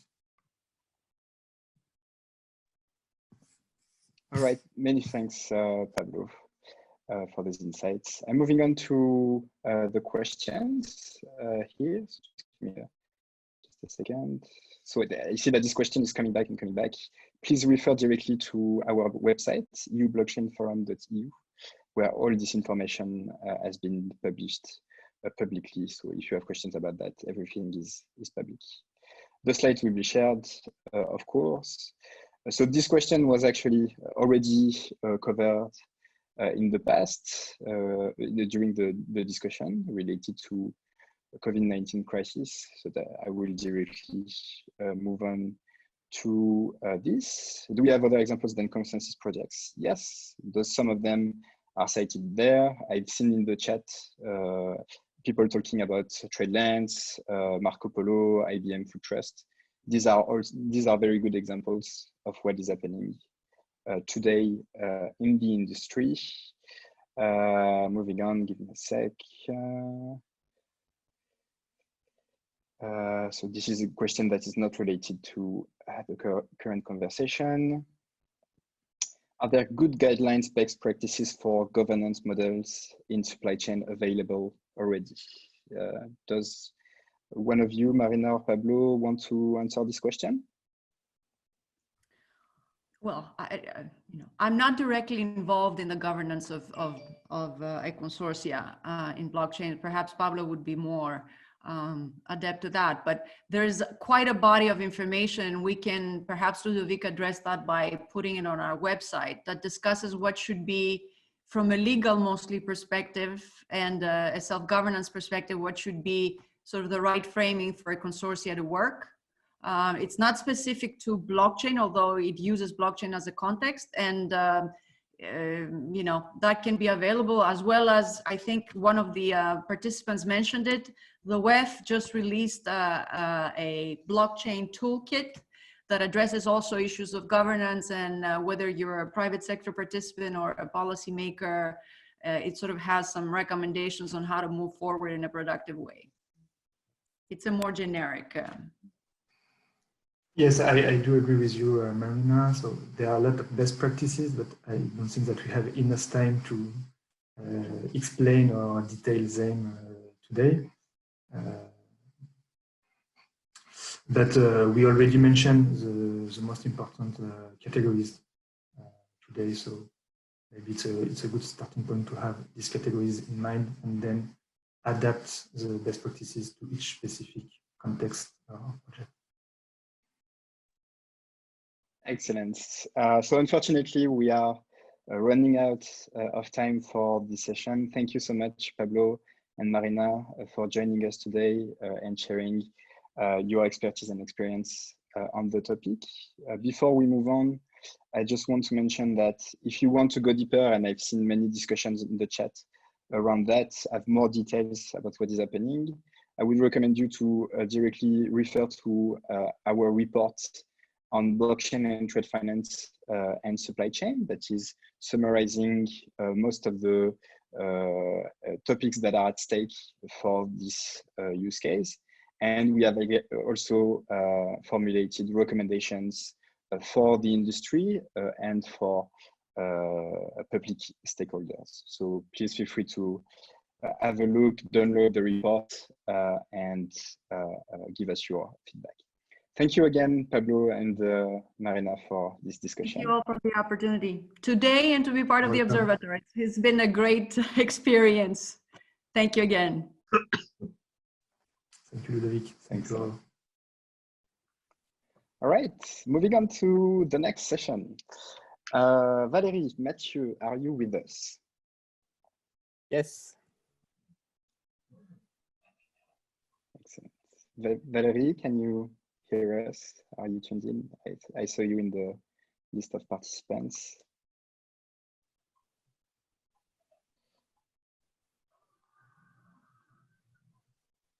And you are now unmuted. Maybe we can try again.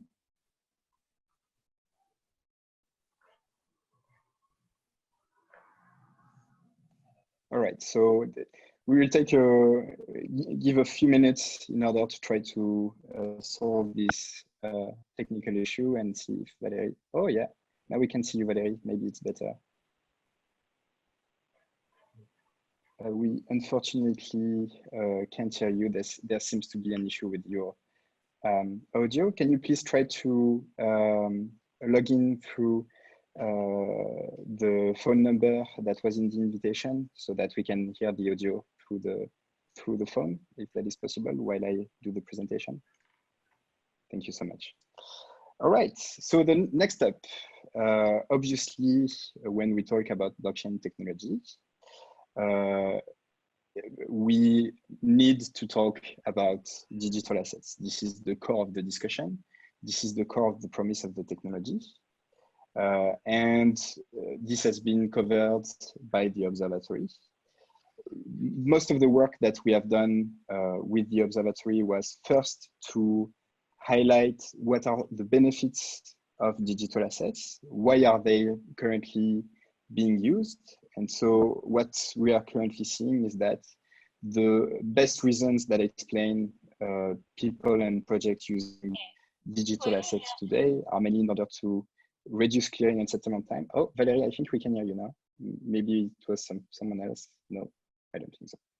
Sorry about that. The second element is really about reduce infrastructure costs and create infrastructures that connect different systems that are often working today in silos. And then we have other aspects, mainly related to the trust that is being created by leveraging digital assets. First, by having a single version of the truth, and second, because everything is relying on cryptography, and this allows everyone to be 100% sure about what is happening in the ecosystem and all the different exchanges. So we currently see more and more projects that use digital assets, and the rise of digital assets, as Tom has presented before, with the valuation of those assets growing, with institutions being more and more interested in those assets. And so one of and the second activity that the Observatory has done was to look at the variety of assets that are currently existing, as the main challenge for regulators, but also for entrepreneurs and developers in the recent years, has been to define, classify, and regulate those new types of assets. So what you have in front of you is a non-exhaustive list of examples of digital assets. Some of them that live on public networks, some of them that are more tied to institutions, some of them that live on permissioned networks. One excellent example that we will come back to later in the discussion are central bank digital currencies. And so these digital assets have been classified in most jurisdictions under a classification that regroups utility tokens, security tokens, and payment tokens. And those this classification across jurisdiction is pretty similar. Finally, there is one important aspect that we have highlighted in our report, is the fact that most of the digital assets are actually have an hybrid nature, which adds difficulty when it comes to defining them and classifying them in the ecosystem. So this was a brief introduction. I hope that the technical issues. Hi, can you hear me now? Yes, excellent. Very happy to have you I'm sorry. there, Valerie. So before we start, I would like to ask you, Mathieu and Valerie, to briefly introduce yourself. We are very happy to have you today and be able to leverage your experience. Valerie, would you like to start first? Yes, thank you. And greetings, everyone. Thank you for having me. It's a real honor to be participating on a call. And I hope everyone has remained safe and positive through this time. I'm Valerie Satanik. I work for the U.S. Securities and Exchange Commission for our Financial Innovation Hub. And so I lead the effort to really engage with the industry on a number of fronts, including digital assets and distributed ledger technology, as well as other financial innovative technologies, and also to coordinate efforts inside the Commission as we look at new technologies and how they impact the securities industry. Thank you for having me. And I just have to say before I speak at any of these things that anything I say today really represents my views and not necessarily the views of my colleagues at the Commission or any commissioner. Thanks.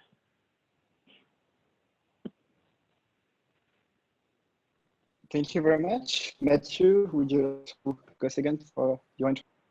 Yes, hi everyone. Very happy to be here today. So my name is Mathieu Saint-Olive. I'm an engineer by training. I spent 3 years at the Boston Consulting Group. I've been working at Consensus France for more than 2 years now, and I'm in charge of Consensus activities on stablecoins and central bank digital currencies.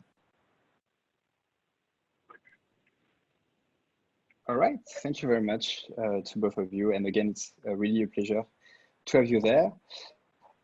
So I would like to start coming back to what I just said before in the presentation, which is the fact that the biggest challenge in the recent years has been to define, classify, and regulate the new type of digital assets that have emerged. Valerie, I would like to ask you, what is the current legal and regulatory framework landscape?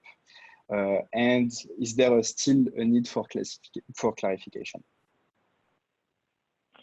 Yeah, I think it's a great question. You know, when you look at blockchain and how it impacts the securities industry, you know, the technology has been used to issue and transfer digital assets, and digital assets really depend on, you know, the facts and circumstances. What are the rights being created?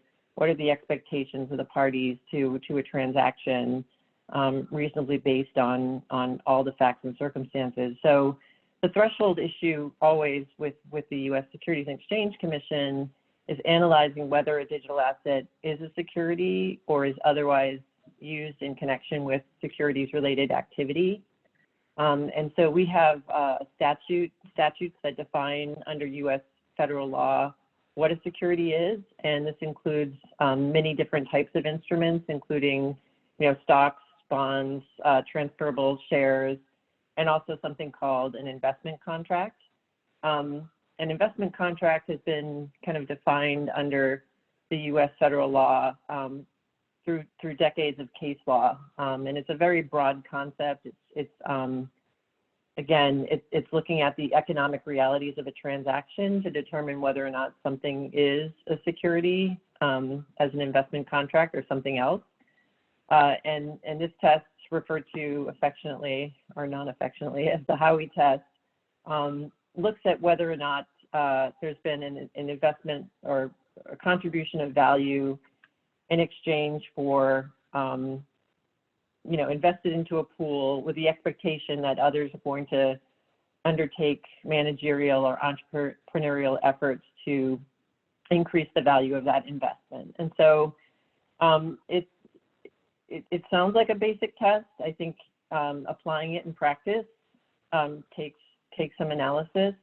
The thing about digital assets and blockchain, I'll just call them ecosystems for ease of language, is that they're very complex. So they involve not only looking at the technology, but all of the aspects of the technology, including what is the core protocol, what is the consensus mechanism, who are the participants, who are the promoters, what are the promises and expectations being made. And so when you're talking about an asset or calling something an asset class, such as a stable coin, I think we back up from the label. We don't put too much weight on a marketing term like stable coin or utility coin. We want to get behind what is going on in the ecosystem and specifically with the transaction, including the manner that something is offered and sold. So with the so-called stable coins, what we found is, they're not always coins, they're not always stable, and people shouldn't read too much into that. We're going to look behind any coin or token to determine what is actually going on. So with the stable coins, there's a number of different, what these purport to do is to provide some value or price stability compared to another asset or assets. And there's different types. I'm sure you all know what we like to say is that they're referencing another asset generally. And what that means is they can be linked to some kind of pool of assets. That could be a combination of currencies or other digital assets or real estate or anything basically, or they could be linked to one other asset or pegged to the price of another currency, or they could employ some kind of algorithmic stabilization mechanism that attempts to look at what is going on with the supply and demand and adjusting supply to change with changing demand or really price fluctuations. So it's important to note that there are different aspects of a stablecoin ecosystem. There's the front end where people interface and use the coin for whatever it's useful for. There's the back end. How is the stabilization working? Who is in charge of that? There's the governance features. Who's managing changes to the ecosystem, participants in the ecosystem, changes to the protocol, the composition of the basket. And so all these aspects of this kind of ecosystem can raise various issues, not only under the securities laws, but under other laws as well, those that apply to AML and counter-terrorist financing, those that apply to depository institutions, perhaps those that apply to the managers that are managing assets, those that apply to payment systems and payment rails. So we have, in one word, a stable coin, many different features to look at, many different functions. But I will say, not only the SEC and US regulators, but it seems like a lot of regulators across the international space are looking at these things as the same function, same risk, same regulation. So you need to break down what activity is happening, and you can pretty much assume that activity will be regulated the way like activity is regulated using different technology. So I'll pause there because I've been going on for some time and see if there's any questions or any other input by the panelists. Yeah, sure. Thank you very much, Valerie. I would like to ask you directly a follow-up question based on what you just said. So the observatory has interacted with many different regulators for its research work.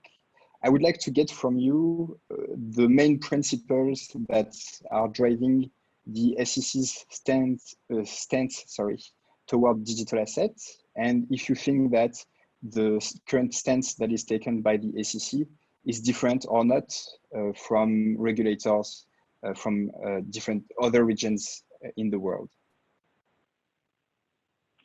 Great question. I would say that the SEC regulates digital assets the way it regulates any other assets, regardless of the technology. We are technology neutral in the sense of we're going to look at the conduct and the activity. We don't have a bespoke regime that deals with blockchain or DLT. We're going to look at the asset as I described before.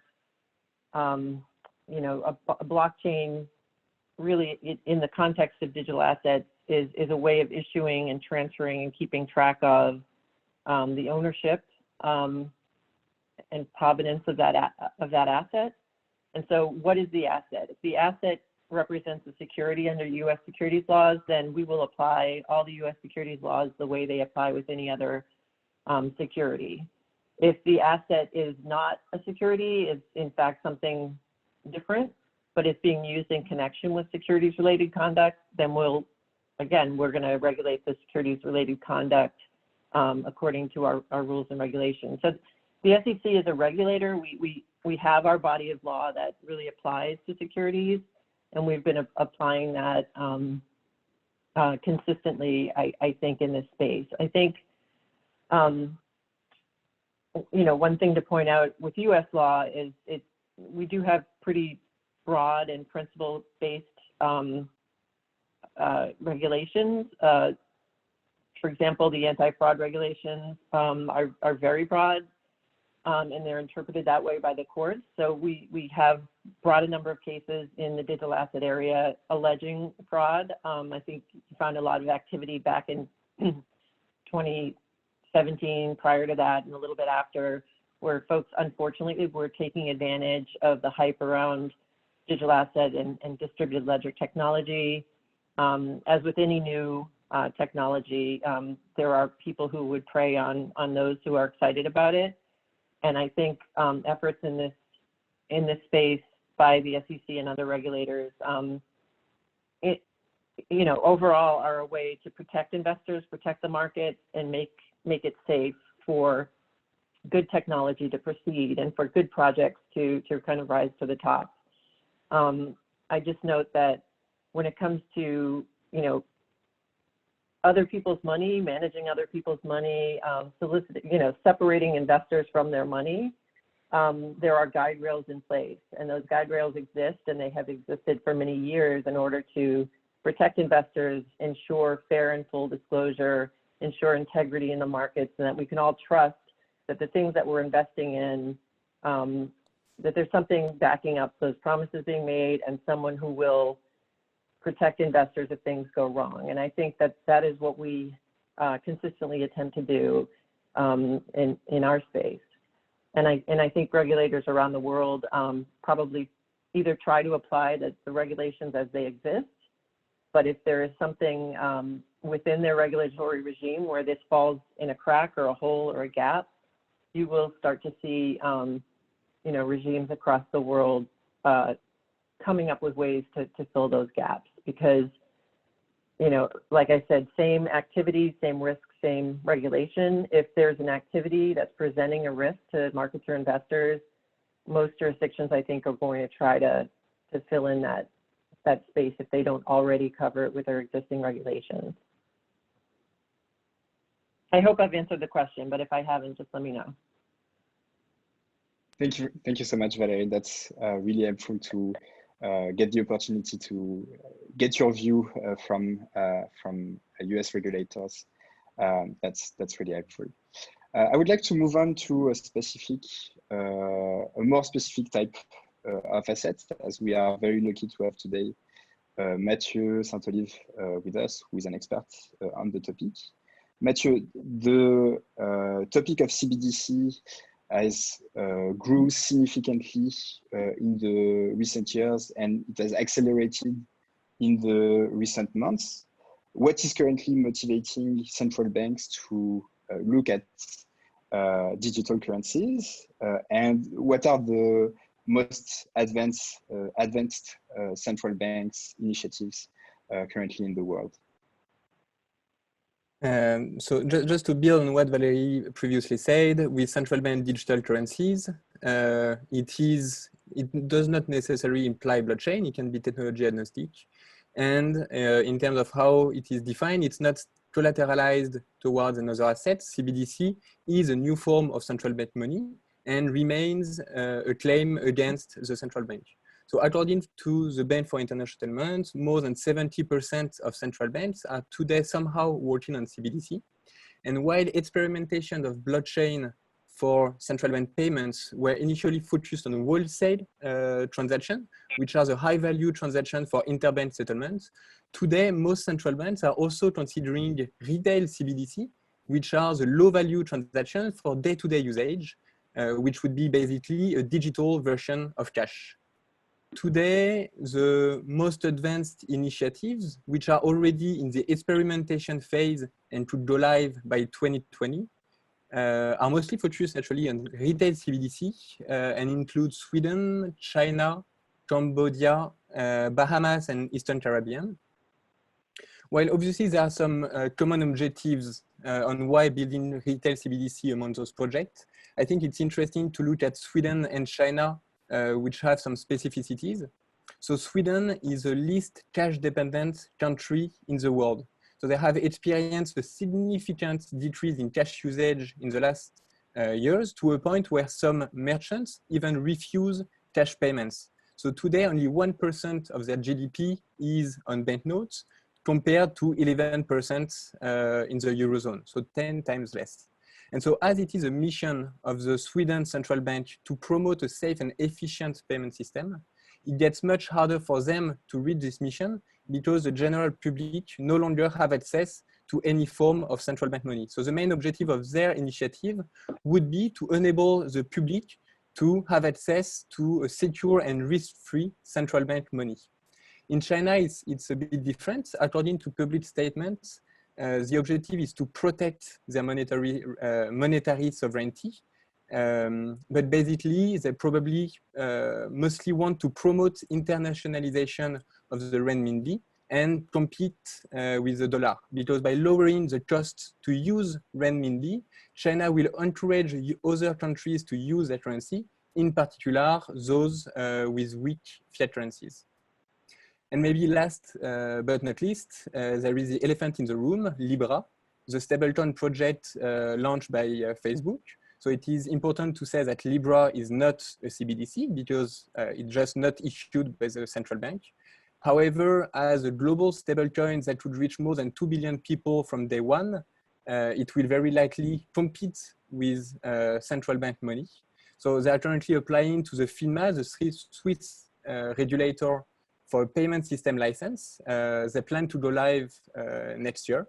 So I think what's interesting with Libra is that their white paper that was published last year significantly increased the awareness of the topic and has probably been a great catalyst for central banks to act on and start experimenting with blockchain technology for retail CBDC. Now we will have to see in the coming years if central banks decide to provide an alternative to Libra and other private payment solutions, or if they decide to let the private sector increase their control of the money and the payment infrastructure. Thank you very much, Mathieu. That's really helpful to have a view on the current ecosystem and the reasons that are currently motivating those actors to work on the topic, experiment, and try to launch actual projects. I would like to ask you a second question that is more related to the technical aspect, the technology. What does it take to implement CBDC today? And what are some of the challenges that are being faced by those actors? So actually, I think it's important to say that there are obviously a lot of challenges, but those challenges are not only technical. one of the main challenges for the central banks today is to assess and mitigate the impact that would have CBDC on the legacy system. Among the main impacts are the banking sector disintermediation and run risk, where people would convert their money they have on their bank account into CBDC, which would reduce the assets of commercial banks and consequently their capacity to issue loans and to finance the economy. So that's the first, one of the biggest risks. The second would be that it would have an impact on the central bank balance sheet, since the liability side of their balance sheet would increase if a lot of users were to acquire CBDC, which means they would have to increase their asset side, the asset side of their balance sheet, and consequently we would see a growing demand for low-risk assets, such as government bonds. But that being said, there are risks, but there are risks in implementing CBDCs, but as I said before, there are also risks in not implementing any, as we can see with the emergence of Libra project or the digital yuan. Because if those projects actually go live, the room for action of the central bank will be much lower than if they issue their own CBDC with the mitigation plan associated. After assessing those risks, there are also a number of design considerations, and all central banks are not, do not have the same perspective on the topic. So for instance, should the central bank distribute CBDC directly to the end users, or should they leverage a two-tier distribution model with commercial banks? What is the right balance between privacy and traceability of the transactions? And maybe also, should CBDC bear interest rates? So a lot of design. I liked what John McAfee recently said in an interview.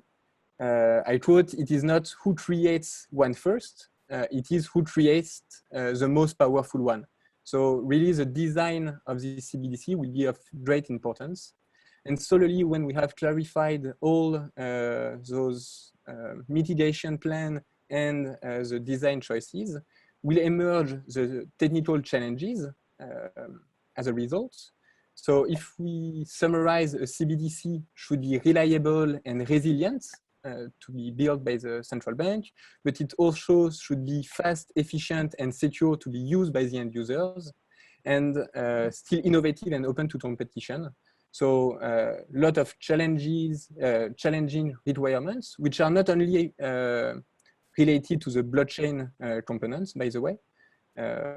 So some challenges, but I'm confident that there are solutions to be found, as we can see with the existing projects that I've mentioned before.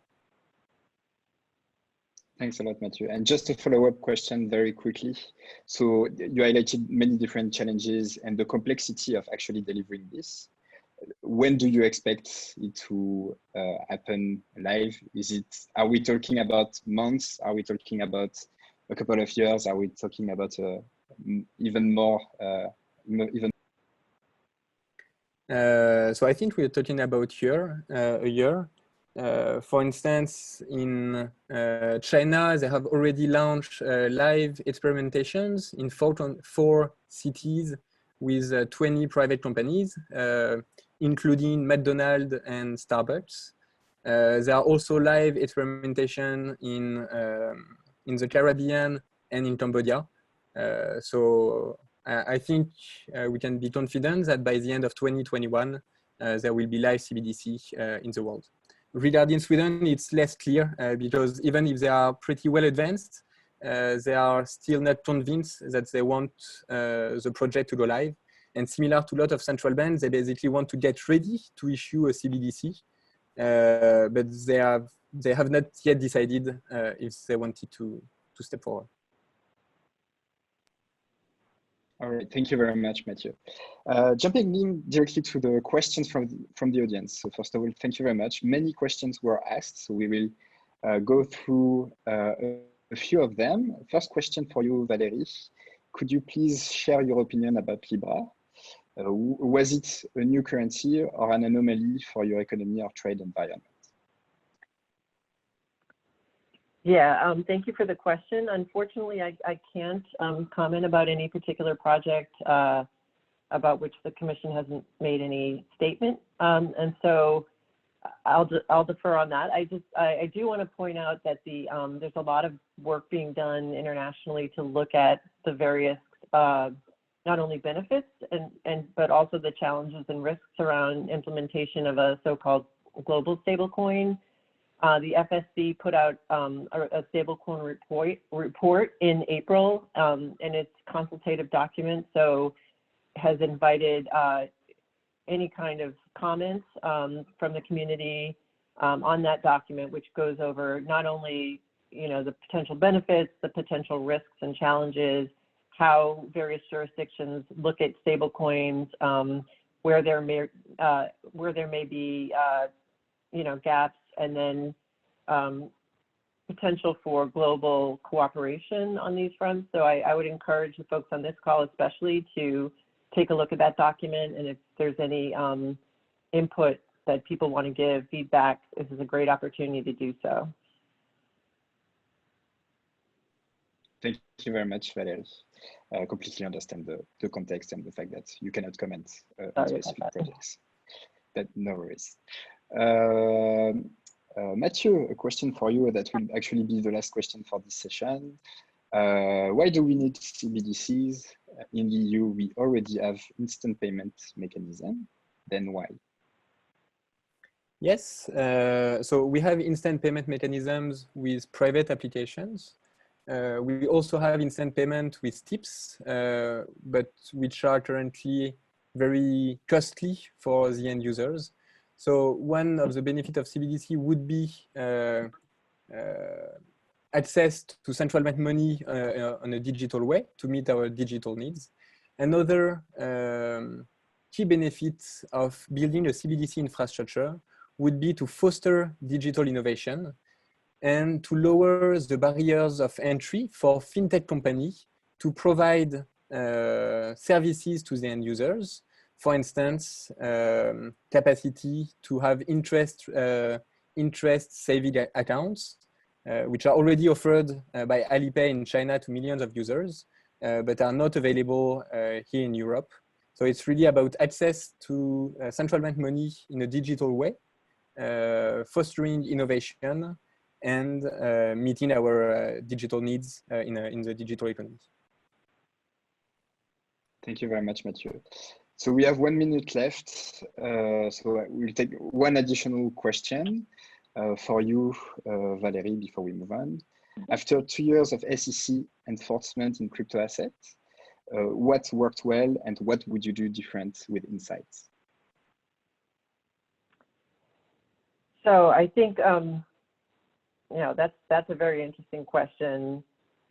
We did bring a number of enforcement cases in this area starting in 2013, I believe, with the first Bitcoin denominated Ponzi scheme. And I think we looked at what the activity was going on out there, and we tried to make smart judgment calls about where we need to act to protect investors in the market, and make careful determinations about that. And I think if you look at our enforcement actions, they do span the gamut of all kinds of activities in this area, not only fraudulent offerings, but unregistered offerings and touting, unlawful touting of securities, unregistered exchanges. So I think the cases represent a good cross-section of the types of cases we would bring across the securities industry in general. Looking back, I am in a new role now as head of the FinHub. I used to be in the enforcement division. And in the FinHub, I had the unique kind of opportunity to engage with entrepreneurs and developers and their attorneys and their advisors on a daily basis. And I will say that communication has been invaluable in terms of informing us as regulators, but also working with the community, giving them a place to come and talk to us before they do something and getting our feedback. We can't give legal advice, but we give a lot of feedback about various projects and where we can throw up a red flag or ask for further consideration, or have they thought of this, have they thought of that, could they go talk to this other regulator? So I think that early engagement has been so beneficial. I think I would have started that sooner. I think hopefully with the advent of the FinHub at the SEC and a number of agencies across, not only domestically in the US, but across internationally, I've seen have similar innovation hubs, whatever they call it, but to encourage people to engage with the people that are here. This is our job, really, to help people understand what our laws are and not have a pitfall so that they can have a successful project. And so I would have encouraged a lot more early engagement with the regulators. Hopefully folks aren't afraid to talk to us. We want to create an environment where they can come in and really be upfront about their concerns and what their project is. And we can be upfront with them about what our laws require. Thank you so much, Valerie, for those additional insights. I would like to thank both of you, Mathieu and Valerie, for your participation. Very happy to have had the opportunity to hold this discussion. Before we move on to the next session, I just want to answer a couple of questions that were not addressed directly to our panelists. Are the EBSI or the Observatory and Forum discussing with the ECB any CBDC project, wholesale or retail? Here, I would like to redirect you directly to our workshop on financial services, where we had speakers from the ECB, and that was a discussion. There was a discussion on CBDCs in Europe, so I would like to redirect you to that. All the recordings are available on the website if you want more details. Second, does the European Blockchain Observatory and Forum have the authority to introduce directives, laws, or only recommendations? Only recommendations. Everything that is above that is in the hands of the European Commission. So that's it for this session. Thank you again, Valerie and Mathieu. Thank you. Thank you. Stay safe, everyone. All right, third session for the day, which is about digital identity. So we are very lucky today to have two excellent representatives who will be able to share different perspectives. We have Masanori Kusunoki from the government of Japan and Daniel Duseuil, who is directing activities for digital identity in the context of EBSI. Are you both here with us? Can you hear me correctly? I can hear you, Ludovic. Good afternoon, everybody. Daniel Duseuil speaking. I also can hear this. Thank you. This is Masanori Kusunoki. I could advisor to the government CIO of the government of Japan. Thank you. Thank you very much. Thank you very much for also stating who you are working with. Daniel, can you please also give us a very brief introduction in a few words about your work? Yes, of course, Ludovic. Good afternoon, everybody. My name is Daniel Duseuil. I work now currently actively working as a convener for the European Self-Sovereign Identity Framework within the EPSI and EVP partnership. So I was also engaged as the Belgian policy representative for that, and also worked in many projects and in the Belgian government, and also as a blockchain program manager for the regional government. But now currently most active in the European Self-Sovereign Identity Framework as a convener. Excellent. Thank you so much to both of you for being here. Before we start the actual discussion, as usual, I would like to take some time to share with you some of the EU Observatory work that has been conducted during the last 2 years on the topic of digital identity. So I think that the main message that came out of all the discussions with the different experts is that digital identity is going to be a major component of the next generation internet, and that blockchain can be used in order to help solve some of the persistent problems of digital identity today. Examples of those problems are mainly related to the way identities are managed today on the web. They are mainly managed by third parties, which leads to fragmented user experience for our citizens, difficulties to verify information that has been issued by counterparties, insecure storage that often results in data leaks that are detrimental to citizens, and finally, a weak link between digital and actual offline identities. And so what we have seen in the past few years with the observatory is that there is a good news. We now have usable, universally accepted standards to solve those issues. Those mainly consist in decentralized identifiers and verifiable credentials. Decentralized identifier being a standard developed mainly by W3C, and that is accepted across the board in the industry in order to describe how a user or a person or an object or an organization will be able to manage its identity by itself.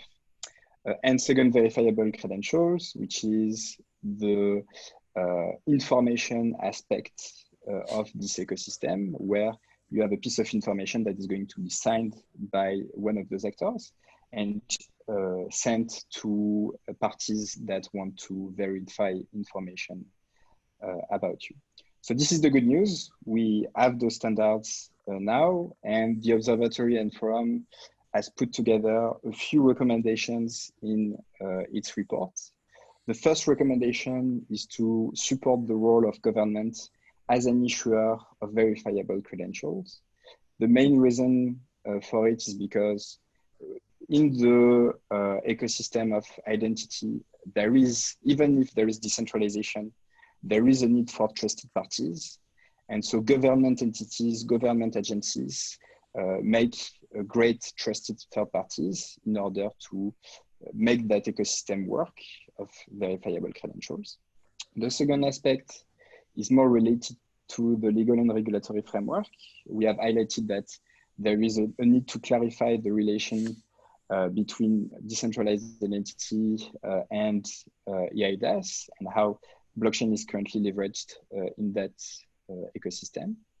Finally, the 2 points are related to the link between blockchain and the GDPR. We have published with the Observatory a report on the topic that helps clarify the issue, and I would like to recommend you this report. And finally, a recommendation that is more related to the direction that could be taken by the ecosystem. We think with the Observatory that the use of digital identity should be spearheaded by cities, as local authorities have this infrastructure that could be leveraged in order to verify citizens' identity and issue credentials around them. And so the EU needs to support those local authorities in order to make that vision happen. I'm going to stop there. So this was the context about the discussion. And I would like to go on for the first question for you, Masanori, which is digital identity is seen as a major component of the next generation internet. What is currently done by the Japanese government to help its development? Okay, we already provide identity provider for personal citizen on 2017, and also provide identity provider for legal entity on last year. Not only that, we also developing some decentralized identity-related technologies. For example, last year, METI, Ministry of Economy and Trade and Industry, hosted blockchain hackathon on last year. It focused it focused graduate certificate and work history certificate. Not only that, the financial services agency also support the trial of eKYC on blockchain on the regulatory sandbox. Thank you. Thank you very much. I would like to go directly to you, Daniel, in order to get your views on what is happening currently at the European level. So can you please describe what are the activities that are currently undertaken by the BSI and how self-sovereign identity is currently explored within that group? Yes, of course. As mentioned already in the beginning of the session, like Peteris, we are building these blockchain service infrastructure that is based on nodes of the member states. And one of the core components that we early identified was the need to also have an identity component in that new infrastructure, not only for the infrastructure itself, but also with the possibilities to have a new way of decentralized identity introduced in many processes, because we saw that in a lot of member states, a lot of private public organizations, there was a growing interest. But of course, most people also realized the most interesting case that we saw for that new identity approach was in the cross-border interaction.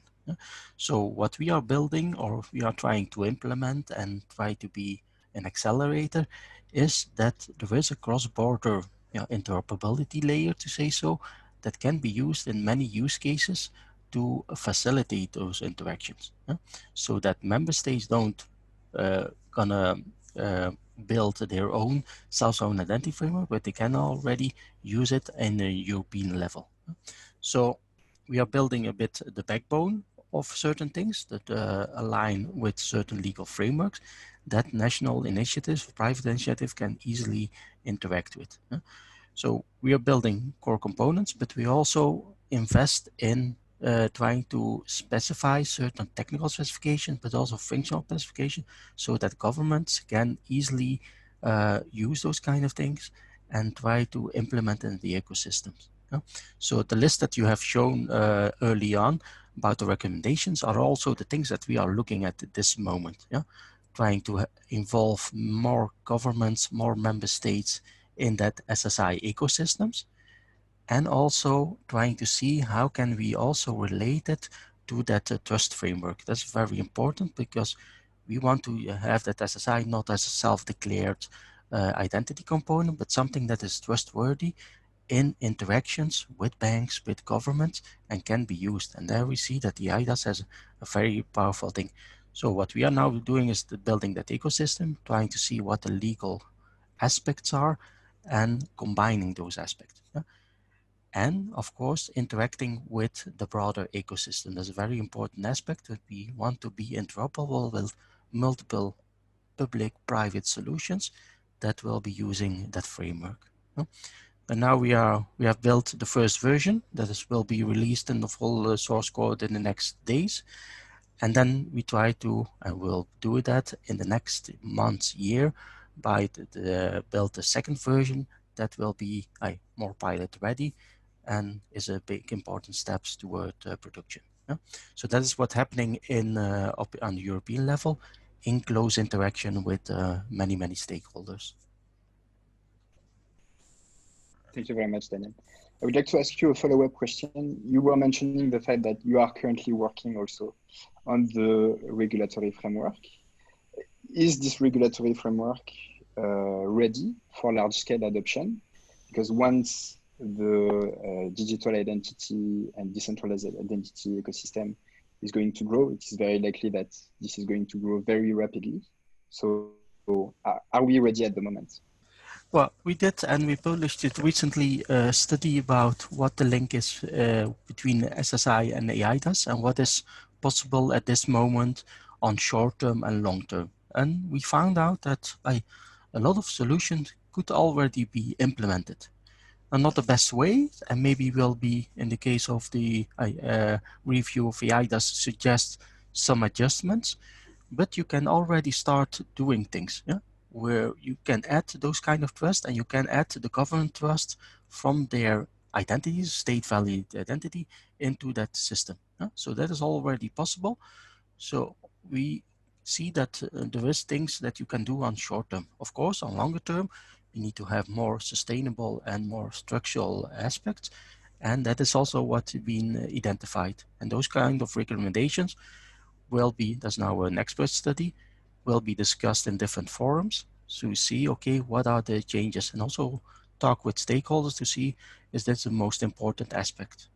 So on that level, I'm very optimistic to see that there is a possibility, because you need to know that SSI and also all the aspects in blockchain, I also rely on technologies and things like signatures that are more stable and can be used to do that. So we see that SSI is an opportunity for EIDAS to fully grow in a cross-border interaction and also in a cross-sector interaction. So in my opinion, I think there is a possibility to already use some things and ameliorate the things that we already have. Thank you, Daniel. I would like to go back on the Japanese perspective. So, Masanori, is there a plan to have Japanese government agencies issue verifiable credentials to its citizen? We already provide a smart card-based identity credential called My Number Card on 2015. And it is just currently about 20% of citizens have such kinds of a smart card. And we try to deploy it into 80% and more. And we also provide a trusted attribute source of a citizen on last year. It's called My Information API, and it can provide information about income and, for example, tax-related information and health-related information. And we also provide for not only citizens, but also identity provider for corporate. And but currently we just provide such kind of infrastructure, but we have to improve user experience of that.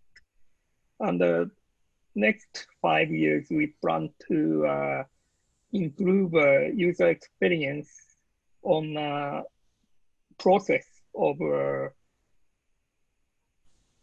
business process, and also we try to it can just now the information is not bi-directional. It's only a government to business or government to consumer.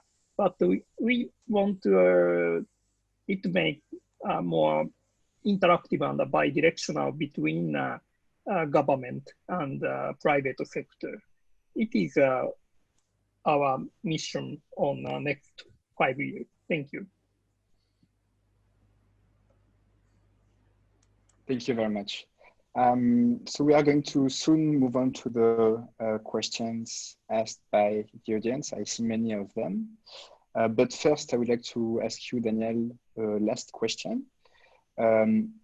We have seen with the Observatory that the digital identity ecosystem is heavily dependent on network effects. And so today, the different actors of the ecosystem are not really incentivized to jump in and be the first movers, because most of the benefits of the systems appear when many actors are involved.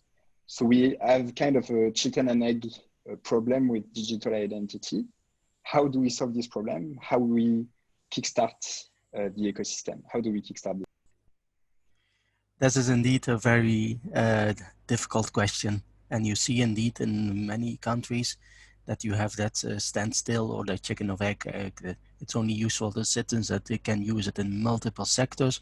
But if nobody moves, you need to have somebody move the first and make that investments that are going to, in my opinion, and I see that also in other countries, this is an important role that the government can play. Yeah, because they also have mostly the most important key for that digital identity.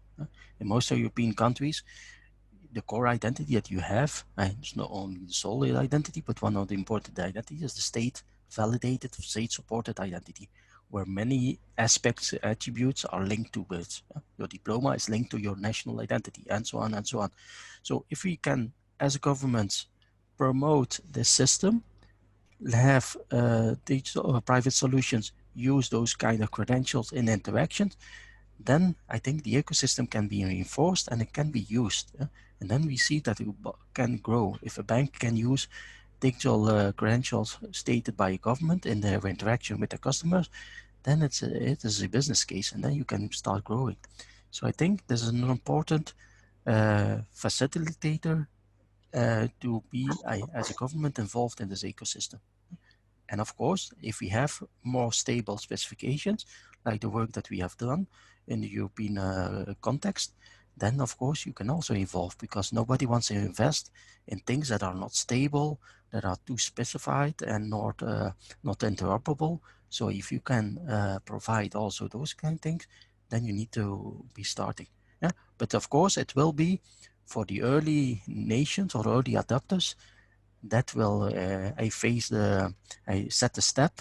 They will be facing, of course, the challenges for the first innovation, but they will be having the most added value, of course, of it.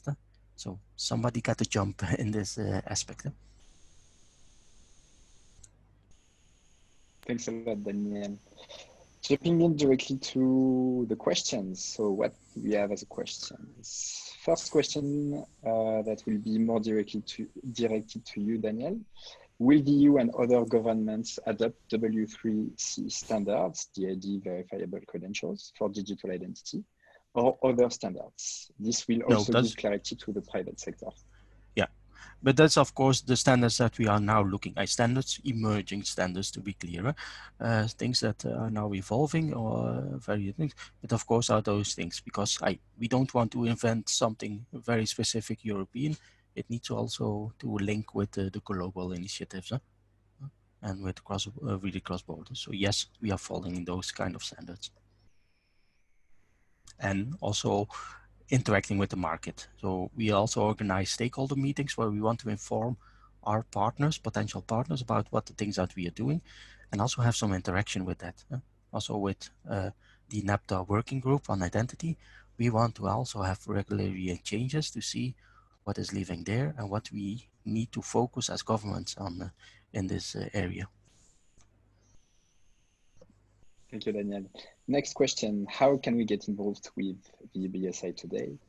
Can you maybe answer specifically for the part on? So we'll be publishing a lot of material that we have built in version 1s that will be openly published. The source code, all the technification will be there. And we will be also launching what we are called a user community, so that people can, not only member states, but also private sector, can see what is happening and what kind of services that we deliver. And in the next stages of the next year, we'll be also launching pilots to see how can EPSI be used by member states and their partners to really focus. You need to know EPSI is now currently focused mostly on public services, but it will be evolving to something that will be interacting also with private. And we see also, maybe people have signed in Horizon 2020 project, that the European Commission is also promoting this emerging services infrastructure as a source for research and to have certain networks be built on. So check out the Connecting Europe Facilities website on EPSI, and then you can join, you will see the information and also join the community. Thank you, Daniel. And I would like to also add, more generally speaking about EBSI, that you have information on the website of the European Commission about the EBSI, how to interact, what is currently happening on that topic. So just Google EBSI European Commission and you should be able to get all this information. Next question that I would like to ask you, Masanori, is Japanese practice of citizen ID a decentralized ID system? If yes, could you please elaborate on the architecture? If not, why not? Currently, no, it's not DID based because of current ID system designed on about 2013. At that time, DID is not popular. And my understanding is that still it's unstable and a very fast moving field. And, but the government, very difficult to catch up latest code. Not only Japanese government, I think, most of government use one system about 5 or 7 years.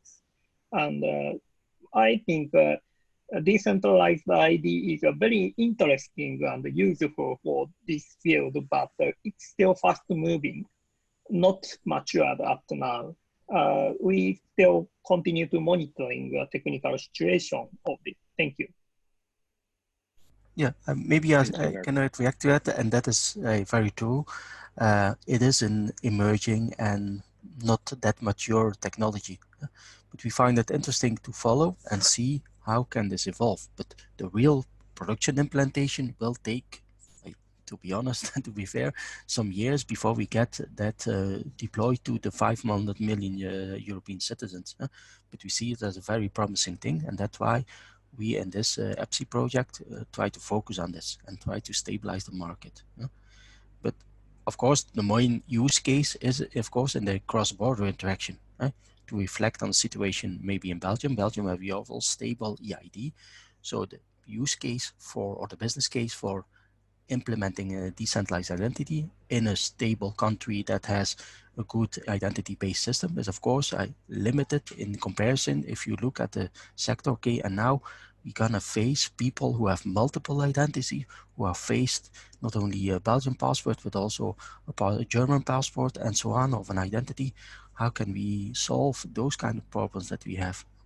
So it's I fully agree with you that you need to be careful, that you need, and governments are careful in this, but it is of course a very interesting emerging concept and technology that governments also need to look at. Can I add small things? Yeah, sure, yeah, we already provide a very verifiable credentials to citizens, and some private sector company try to link our credential to a decentralized ID-based system. We have to consider about what is provided from government and what is provided from private sector. I think decentralized ID can provide from not the government but private sector, and they can running more faster than the government. Thank you. Thank you very much. A very last question that had a lot of votes. A permissionless solution wouldn't be the best one for self-sovereign identity. Why should we use EBSI instead? It is, if I can answer that, of course, it is not a question of a sole and unique solution. Yeah, you need to see that EPSI is taking a place in a broader ecosystem where there are SSI solutions. And one of the questions I also mentioned is about, okay, do we anchor the DID in that EPSI infrastructure? No, we don't, because the citizen controls itself. Yeah? But we see that certain credentials of government need to be anchored in a stable system. Yeah? So a diploma, when it's issued as a verified credential, and if the need is there, we're gonna provide on our infrastructure the revocation list. so that we have a stable, on our blockchain infrastructure, a stable verification list that if another party can check where or is the diploma being revoked. It's not about having the full control. So in that case, we use a permission, but a public infrastructure. So you need to see that the ecosystem is very diverse, and we as EPSI will be communicating with different systems. But we need to build that stable government layer that can help citizens to, independent of other things, interact with other parties. So you need to see that in the architecture in that kind of level. So it's not the best way, it's a combination of ways. And the government has a specific role in that broader ecosystem. Thank you very much, Daniel, for clarifying that point to everyone.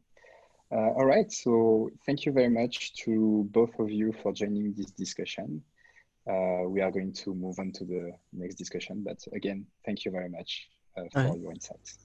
Thank you, Ludwig, for the great work. Thank you. Thanks. All right, so next up, so we have, before the end of this session, 3 presentations that are going to be set. We are going to first have a look at presentations from NetBA and from Consensus Earth on the topic of blockchain in a changing world. So this will be about how COVID-19 is currently impacting our economies and how blockchain can be leveraged in that context. Mark, Alex, are you there? Bonjour Ludovic, hi everyone. It's Alex Kahana, pleasure to be here. Thank you, Alex. Mark, are you also there with us? Ludovic, I'm here. Bonjour, hola, ¿qué tal? Excellent. Thank you so much. So you have prepared presentations. I will stop sharing my screen so that you have the opportunity to do it. Mark, would you like to go first for your presentation, sharing with us the work NetBA has done in the previous weeks on the topic? Thank you, Ludovic. Yes, I will. Just let me start my screen sharing. So I appreciate the opportunity. I promised to be brief and concise. And before I start, I just wanted to say 2 acknowledgements. The first is to thank you, Ludovic, and the entire team, as well as the ecosystem of supporters for all of the great work that you've done over the period of the Observatory and Forum. And I wanted to say hello, thank you, and welcome to many of the INATBA members who are on this call as well. So you asked me to look at blockchain in a changing world, and to set the scene, I just want to present a little bit of INATBA, who we are, what we do. We're made up of 3 pillars. The first and most important pillar are our members across the horizontal and vertical working groups, is how they're organized. So we have 15 working groups. And within those working groups, there are nearly 800 individuals contributing. We've got a government advisory board and an academic advisory board who provide us with input, and importantly for the purpose of this presentation, provide us with a great way of convening public-private discussions. The government advisory body, the GAB, consists of 19 members representing broadly 19 governments or organizations from quite a good dispersal of geographies, as you can see on screen. So what's changed in the world? Ludovic, you asked me to look at this from a blockchain perspective, and I've been reflecting over the past 6 to 8 weeks in my 3x2 meter office, like many of you have here.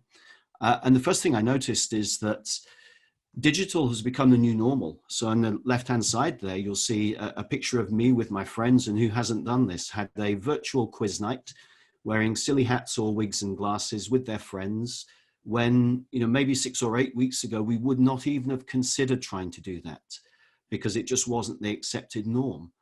The positive impact of that is that not only is collaboration and the world of digital being more accepted, but travel and pollution levels, well, travel has gone down, travel has gone down at the same time as pollution level has gone down. And if you look at some of the studies, we're seeing that measured over the same period of the year, Q1 calendar of 19 to Q1 calendar of 20, there's even a 40% reduction in some of the most harmful pollutants. So that's an interesting way of looking at the world, or one lens to look at it through, because the general acceptance that we're able to survive in this new digital area and we have adapted can hopefully give us a platform to work off. The acceptance of digital has even extended into very traditional organizations and habits and ways of working, including annual general meetings. We've seen a good number of governments around the world adapt their legislation to allow annual general meetings to be held digitally, to include e-voting, and to allow documents to be sent digitally, which is, I think, a very positive step as we look at it through a blockchain lens. Additionally, the fact that governments are having to try and function in this age of social distancing and adapt digital technologies is forcing tranches of the population who otherwise would not have explored these technologies to learn a lot more about them and to understand how they can use them.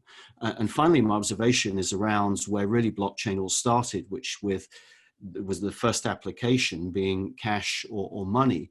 We're seeing that our relationship with cash or money is being challenged. The traditional relationship is being challenged, none more so than in the US, where there've been a little bit of a laggard in relation to the adoption of digital payment technologies. And we now see just over 50% of people in the US are switching to some digital form of payments. So these all represent opportunities for blockchain, but there are also significant challenges. It's come up a few times on this session. How do we create trust in a world where digital is becoming more predominant? How can we trust people that we need to trade with digitally, where we've got no easy way of identifying who they are without that face-to-face or physical interaction? From a privacy perspective, with the vast advancements that have been in many of the apps that track data and provide data to help us try and control the spread of the virus and even focus on the development eventually of some sort of vaccine or cure, we need to balance out the provision of that data with a real focus on privacy and a respect for an individual, not just GDPR, but the traditional approaches to the respect for individuals and identity. Increasingly, cyber attacks are mounting, so there's a focus on security, and that's a challenge which we've all got to adapt to, and I think blockchain can play its part in that. And importantly, as I mentioned earlier, we're seeing that levels of pollution have dropped, coincidentally with industrial activity slowing down, but also travel. So is there an opportunity here to perform some sort of green reboot and nudge the needle slightly away from the old ways of working, and how can blockchain play a part in that? With all of these opportunities, it's ever more important that policies can be implemented at speed, but those policies are strong, and we spend a lot of time in ATBA creating this discussion between public and private so that we can focus on playing our part in the creation of sound policies that both reflect the industry, reflect the technological capabilities, but also the needs of government to have policies which are enforceable and make sense. At the same time, we need to make sure there's good governance in these models that are being rolled out quickly. And the models can only be rolled out if there are strong standards and real proofs of interoperability. Otherwise, we're just going to create silos. So in summary, on the first couple of slides, we've been focused very much on convening these public and private platforms so that we can bring governments and private sector together to share ideas, to share problems, to collaborate on solutions, and hopefully to create ways forwards. So some of the things that we've been doing are the launch of our COVID task force, which you can find details of on our homepage. And the concept behind this task force is that we bring together three groups of ecosystem participants. The first are the governments, who are presenting to us the challenges that they face as a result of the pandemic, but also as part of the business as usual considerations of how to adopt digital technologies like blockchain and distributed ledger. We bring together industry participants who are able to provide solutions either independently on their own or through collaborations with their peers in the industry.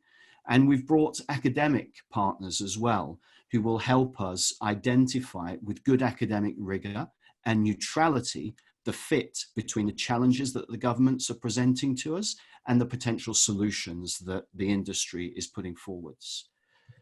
So as an example, on the 12th of May, and this audience is very welcome to take part in this, we're seeing the first of what will be a series of meetings or digital events where the Canadian government is going to be sharing their insights on the challenges that their nation is facing and how they think certain aspects of technology with a focus on blockchain distributed ledger could be leveraged to, at least in part, address those challenges. And we will continue to provide these types of interactions between public and private over the next 6 to 12 weeks.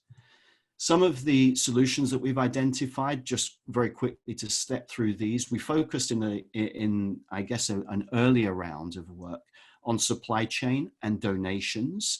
And we looked at the solutions that were presented to us using 3 criteria. The first was how ready, how quickly could the solutions be deployed? The second was, what was the level of scalability, i.e., could they work just within one region, just within one country, or across multiple countries, or even globally? And the third was around autonomy. How independent could these solutions be, or were there other prerequisites that needed to be developed first before these solutions could be deployed? We looked at 25 different solutions that were presented to us. And you can see 6 were looking at trying to bring the business community together for collective action.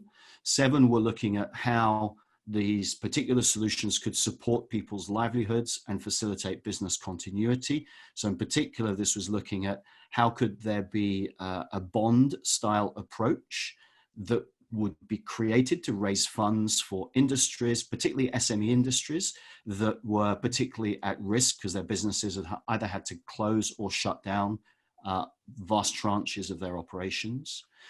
And then 12 of them were looking at how there could be cooperation between the business community to support specific aspects of COVID-19 responses, such as testing for the virus and also working on supply chain to get much needed supplies out to healthcare workers.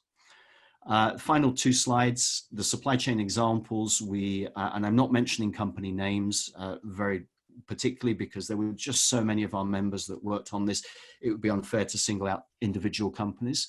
But we looked at a digital identity solution that has been presented to one particular governmental organization that could help various citizens from across different countries get connected into the different COVID-19 test cycles that would eventually be able to inform citizens when developments towards vaccines were being produced.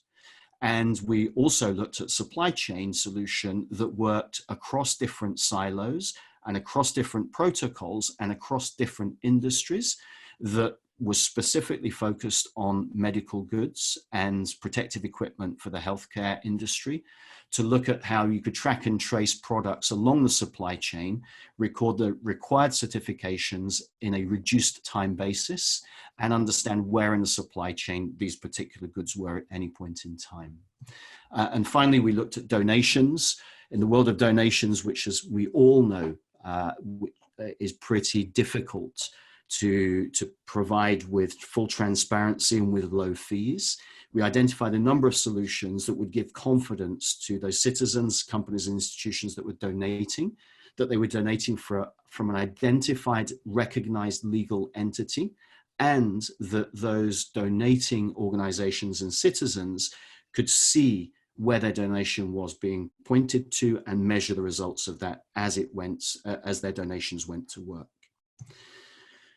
That's from my side, Ludovic, the conclusion of my presentation, other than just to invite everybody who would be interested in engaging with us to go to our website, engage in the platform. You do not need to be an INATPA member to engage with us. We would welcome any work that we could get going with all of you and any of you. So Ludovic, thank you. That concludes my presentation. Thanks a lot, Mark. Thank you so much for this presentation. So we currently don't have questions for your presentation, which I only attribute to the quality and the clarity of what you just presented. You're too kind, Ludovic. Later. And so I just want to mention one thing from more personal perspective. At the beginning of the observatory was kind of a bit alone. So it is really great to have initiatives such as INATBA in order to help bridge current blockchain initiatives with the industry. And so we are very happy that you have been able to do this work. And I'm looking forward to more collaborations between INATBA and the observatory. So I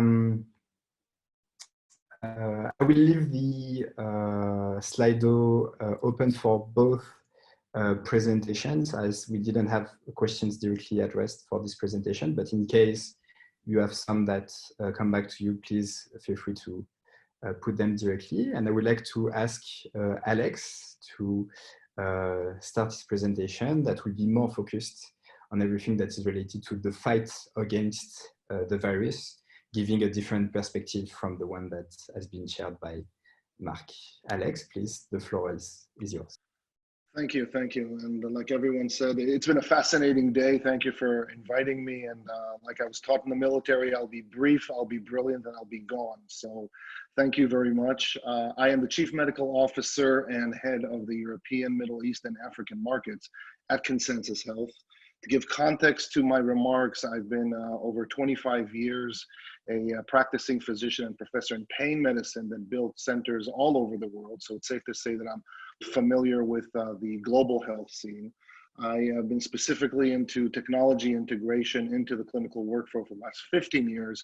And like many of you, been bit by the blockchain bug in the last 6 years, which is eternity. And although I would say blockchain, I'm like in this mission to blockchainize healthcare and healthify the crypto space, if you wish.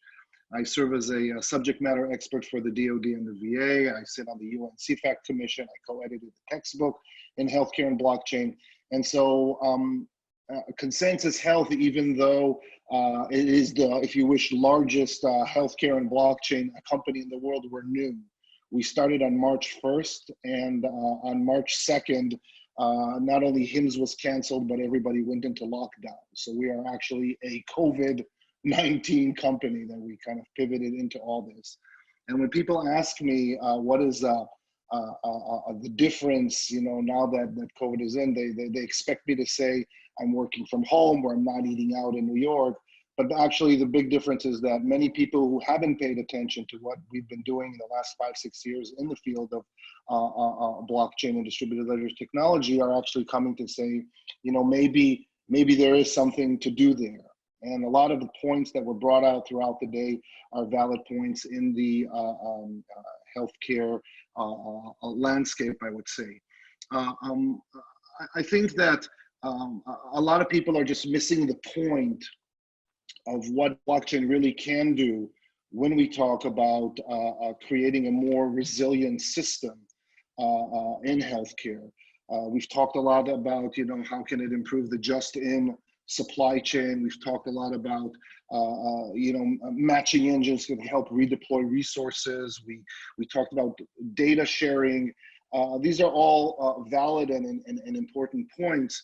But I think that really, by the virtue of what DLT can do, and this is something that we need to teach the general public, is really the ability to create or augment our resilience. And when I say resilience, I mean, you know, both capacity and capability. Capacity in the sense of, I would say, how much time do we have to survive? So suddenly I'm out of food or I'm out of water. How long do I have to survive? But also in terms of capability is what is my time to recover? And we've seen the frailties, not only the economic and social frailties, but also healthcare frailties in their inability to show accrued capacities and capabilities, hence little resilience. I would say that for me, and this is also what we're concentrating now in Consensus Health, we are very much concerned by the choices that are being made by large governments. There's basically a choice to be made between mass testing and mass surveillance. And we are opting into the mass surveillance. And it's not only a question of privacy, and we're very fortunate to live in a time where there are, I would say, privacy preserving technologies that are out there that many of you here are involved in developing that. And we just, had a session about DID and self-sovereignty. I think that it's really about understanding, at least from the perspective of healthcare, is that you are your actions. And when someone takes those actions that are captured by data, and they use it and they lose it and they abuse it and they sell it without your consent, they are taking a piece of you. They're taking a piece of your dignity. So I like to think of it more as a dignity preserving technology. And so I'm talking not so much about the how, which was the propos of most of our discussions today, but more about the why. And I think the main barrier of adoption is that we're not looking at the why. We're all talking about the little details of what protocols and what consents should we use instead of looking at the why. And you can see that even in the approach for COVID-19, where the question is, what is the strategy? Is the strategy to eradicate the virus? Well, if that's the strategy, then clearly what the tactics that are coming to and what we're seeing is not doing that. And we have a whole bunch of tactics, vaccines and ventilators and improving supply, but there's no concerted strategy. So in order to help I would say, multilateral collaboration that includes computational trust and with that increased trust, through transparency, but also decreased costs through tracing and efficiencies. At Consensus Health, this is basically what we're working on. We're developing a rapid pandemic platform with very large federal partners. That the intent behind it is to create a combination of not only blockchain, but privacy preserving technologies and federated learning. And because we believe that this crowd intelligence is really the only way to fight against a global biological threat. So I would summarize in kind of looking at the future, because this is the propos of this short talk, is how will this world basically look like? And borrowing from Deloitte's very good analysis, it seems that there are emerging 4 different patterns. One pattern they coined as calling the passing storm is that there will be what we're trying to do here through the work of the EU Observatory, some type of effective both healthcare and political response using coordinated best practices. And fiscal and monetary stimuli might help, but it still won't reverse the losses that lower and middle income individuals and countries will incur because of COVID. Then there is the good company, and the company meaning companies, where governments are drowning in burden and are unable to provide the necessary support to their citizens. So there's a surge of public-private partnerships, and many of us here are involved in this. This enforces or strengthens, social media platform, to big tech or tech giants. And the risk, of course, is not only a shift towards a stronger stakeholder capitalism, but creating what we talk about now as a moral hazard of, the repeats of too big to fail. There is another emerging future that talks about sunrise in the East, where China and other East Asian countries manage the disease better than Western countries, but it is at the price of a strong centralized response that might be the gold standard. And unfortunately, we're seeing in multiple countries, including in the current administration here in the US, which is referred to as lone wolves, where prolonged pandemics and economic freefalls will put restrictions on foreigners, on global trade, on an emphasis on local security. And so government surveillance, or like Yuval Harari calls it, biometric surveillance, is starting to be commonplace. So I'll stop here by just saying one last thing, and that when we talk about blockchain and when we talk about the utility of using that type of, I loved when one of the previous speakers spoke about it being a foundational technology, not this general purpose technology that's to do things faster, better, and easier, is that we have to always remind ourselves, and this is what we're trying at Consensus Health, is that tracking stuff, tracking transactions, and tracking people is not the same thing. So again, I want to thank Ludovic for the invitation, and I'm open to answer any questions about how I would see healthcare either in first or third world countries, or anything that we're doing specifically in Consensus Health.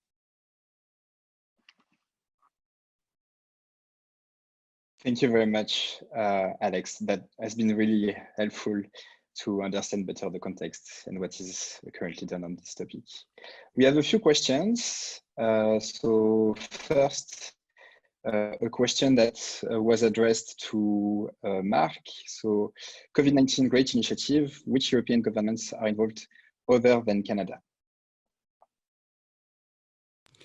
Which European governments other than Canada? So we have 19 governments within our government advisory body, and they will all be participating in this particular program or in series of events around this concept, this program.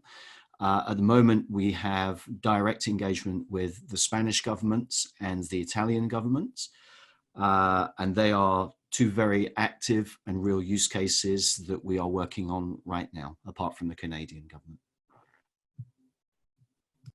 Thank you very much, Mark. Second question that I think would be, is addressed to you, Alex. Are any IoT technologies used in the supply chain and clinical test context? I think that's the obvious answer is yes.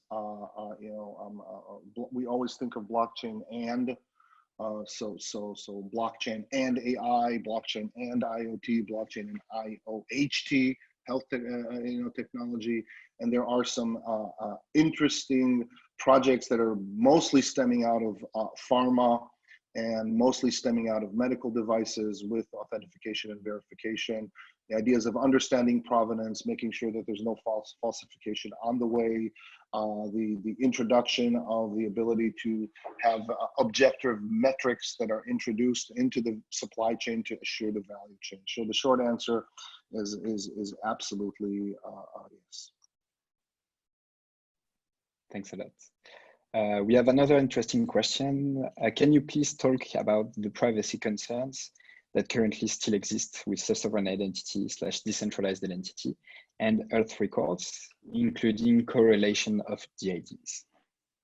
I think that's a great question, and I think that could be a whole hour. Suffice to say that the general public and also general mainstream healthcare is not even familiar with the idea of self-sovereign identity. And that is the reason why from the different types of use cases that could come out of DLT into healthcare, self-sovereign electronic health records have not been yet out.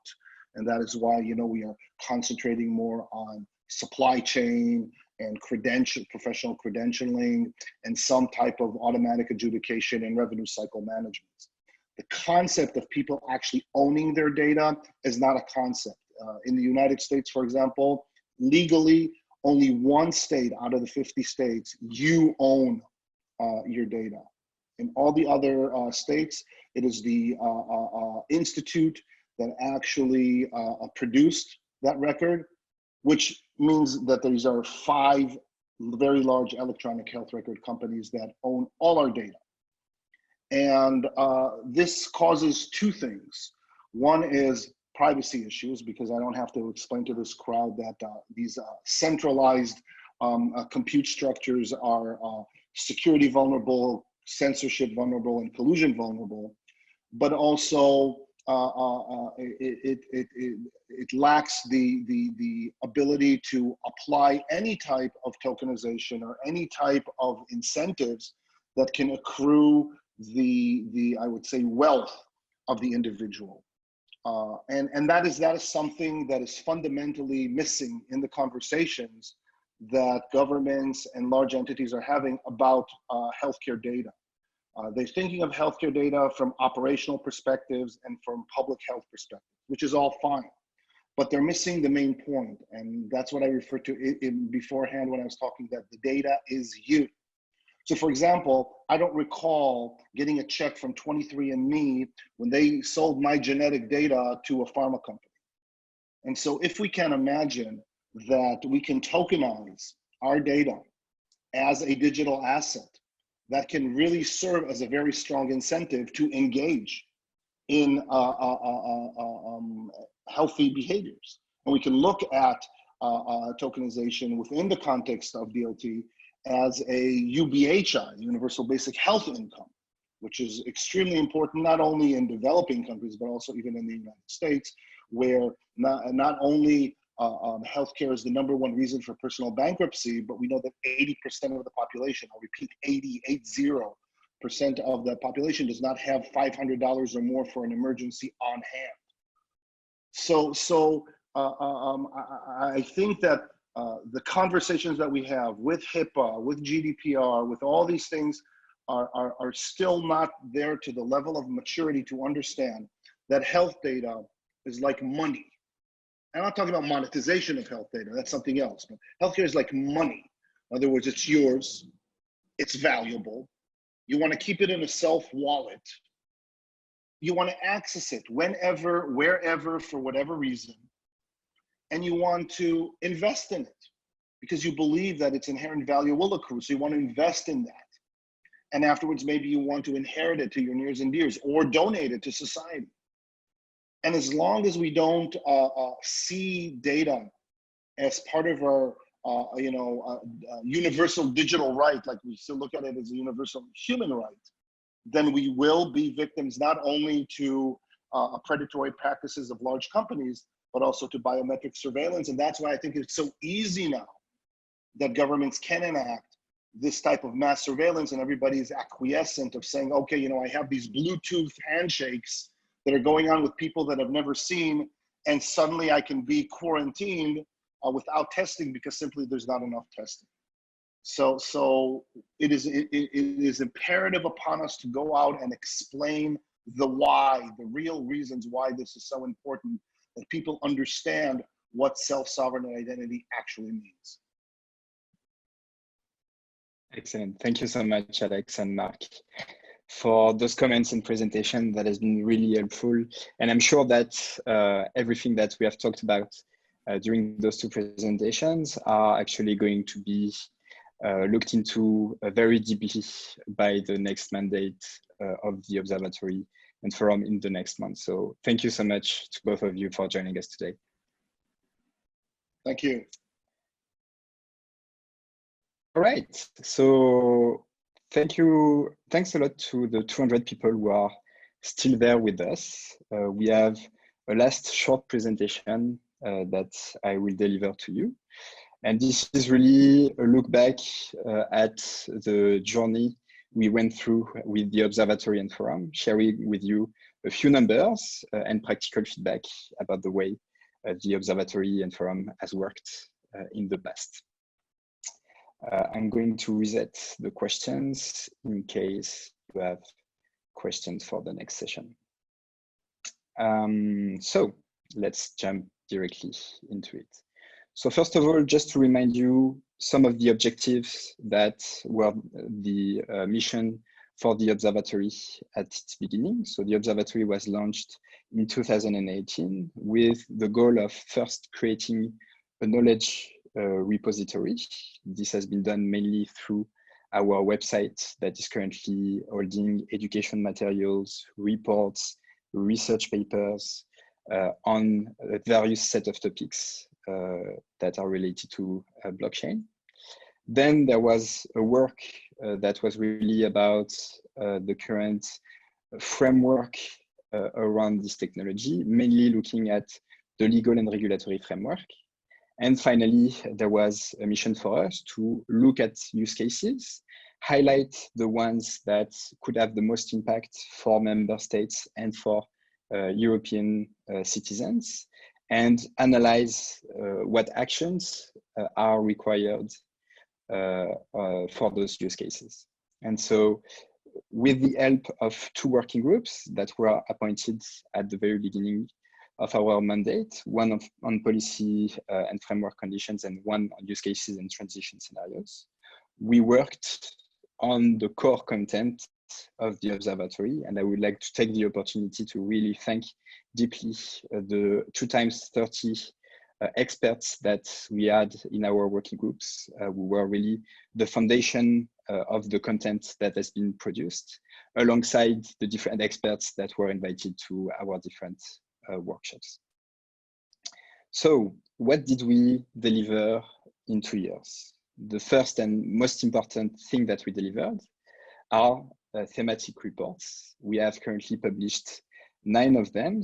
And as you can see on this slide, those reports have attracted a lot of attention worldwide and have been viewed by a lot of different people. We are talking in thousands of downloads for most of our reports. The reports here are presented in the order that they have been published. So this is why you have on the left more downloads and more views for those reports, and the later reports are still getting acquainted for the community.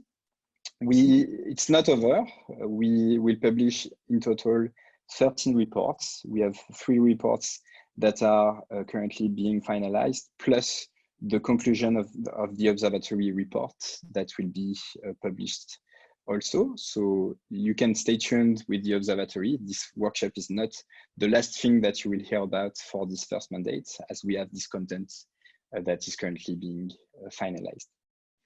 Lastly, in terms of content being produced, we have worked with academic partners, core academic partners, like the University of Southampton, Knowledge Media Institute of the Open University, and the Lucerne University of Applied Sciences and Arts, who were our main academic partners to produce 9 academic papers on topics that are related to our thematic reports. Those are not the only universities that we interacted with. We interacted with many more universities through experts and researchers that were invited to our workshops and collaborations that we have done with them. Secondly, the core content of the observatory was actually created during sessions like today. This session today is a bit different because there are a lot of people, we are online, but usually our workshops look like something like this in the picture that you can see on the left top end of the slide. We have organized 18 of them in 7 different European cities. We came back very often in Brussels, as this allowed us to be more close to the European Commission. But we also tried to make sure that we leverage the knowledge from the different local blockchain communities that are living throughout Europe.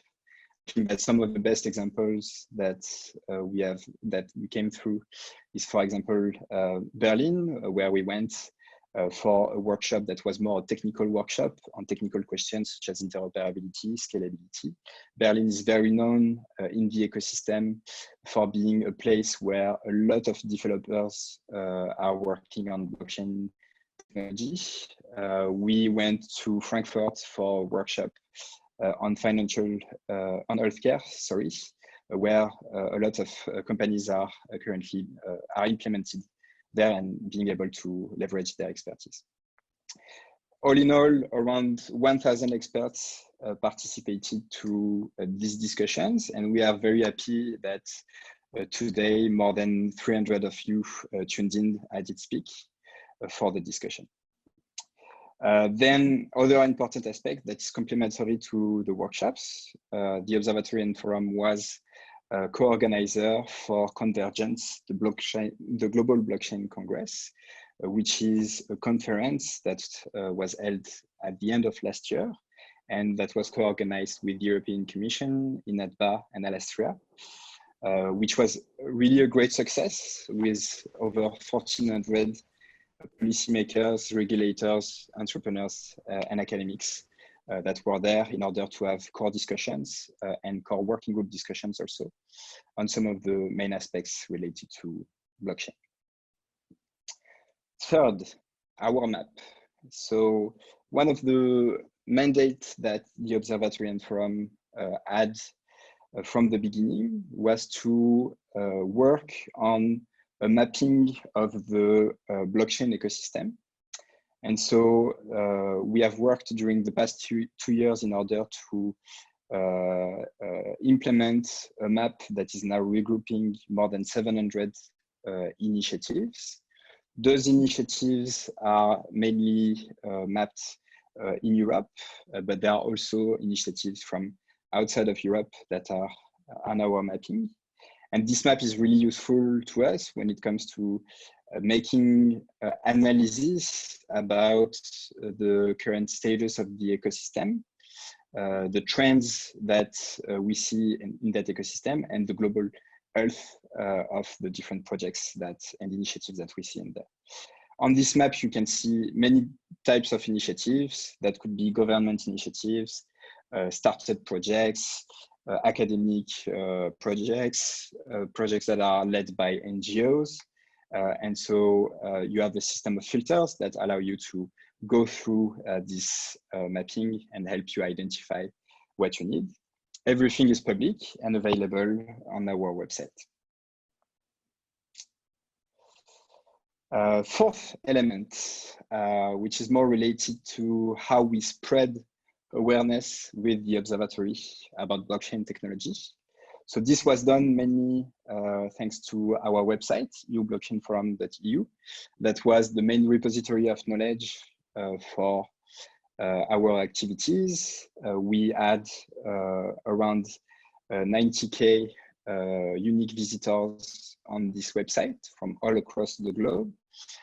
And those visitors visited more than 300,000 pages in total.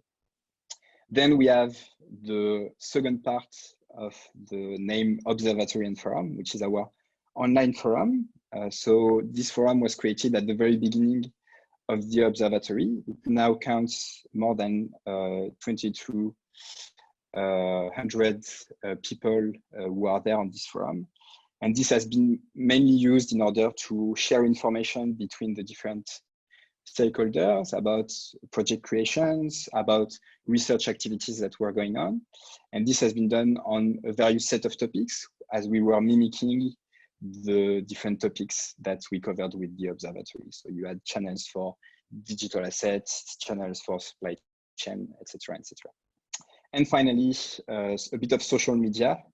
So the Twitter account of the Observatory is still one of the best ways to stay informed about what is happening in Europe about blockchain technology.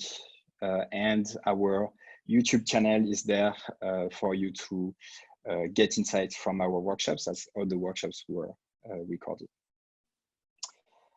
I just want to make two final points before the end of this presentation. The first element is that we were very happy to work on this Observatory and Forum. I'm talking personally, but also on behalf of all the team members and the working group members that were involved. And we were particularly happy because we felt like the work of the Observatory is very important for Europe, mainly through crafting and shaping regulation. So I saw a question previously. No, the Observatory and Forum doesn't have any mandate to actually enforce regulations, but our work has been used by regulators within the EU and outside of the EU in order to serve as a basis for the regulations that they were working on. Then there are all the use cases. You are now more than familiar with it as you were able to see the discussions and the three panels that happened today. Third, the global understanding around blockchain technology. So again, the research papers that we have produced with the observatory are a building block that helps the full ecosystem better understand what is currently happening, what are the challenges, and the reports have a similar objective. And finally, and something that really is important in our mind and from the beginning, which is that the Observatory and Forum is really here in order to make sure that European citizens and businesses will be able to benefit as soon as possible and as largely as possible from the promise of the technology. And so we were really driven by this objective, trying to work toward that goal. This work is not over. As we have mentioned previously, there is a second mandate of the Observatory and Forum that will start with the transition around the end of May.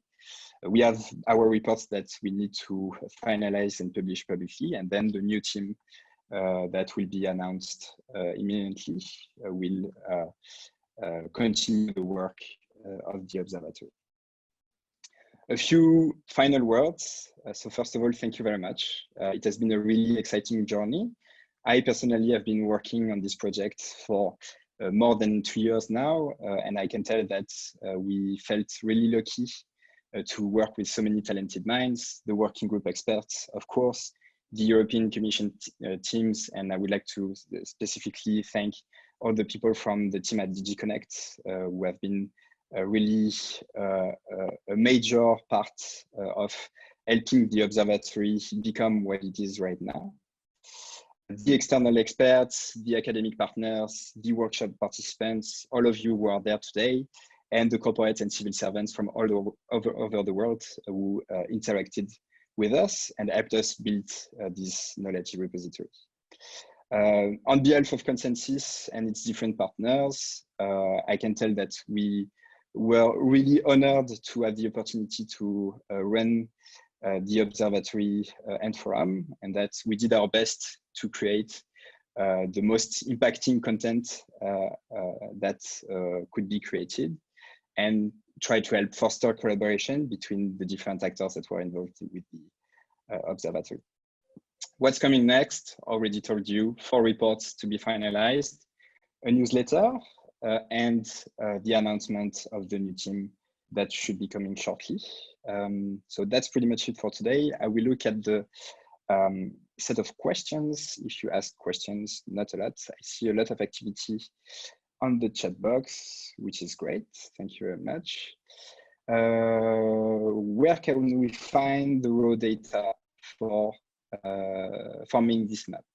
So the raw data is not publicly available on our website. Maybe that is something that will be done in a more usable format by the next team of the Observatory.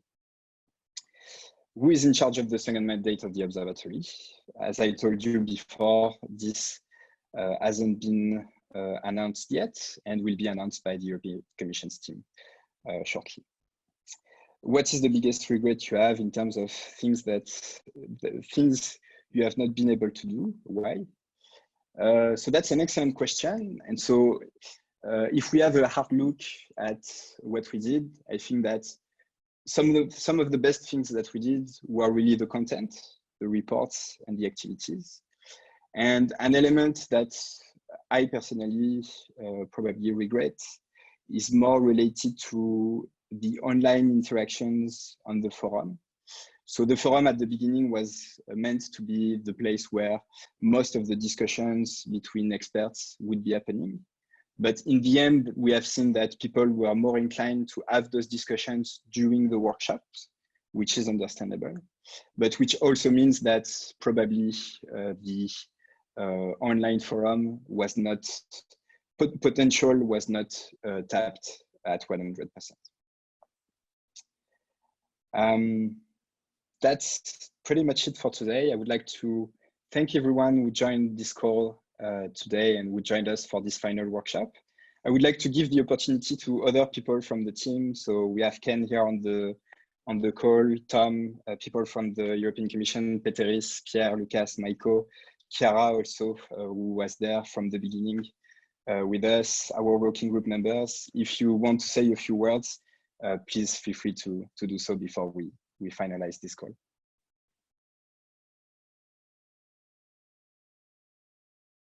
Maybe me first, just really quick, because Ludovic, you said it all. I just want to say thank you to everyone we worked with.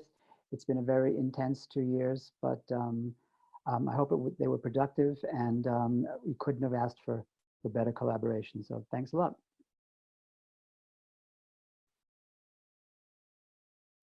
Well, I said thank you at the beginning to everybody in the observatory team who we very much appreciated, but thank you as well to all the stakeholders who interacted with the observatory, participated in the workshops, sent in your initiatives.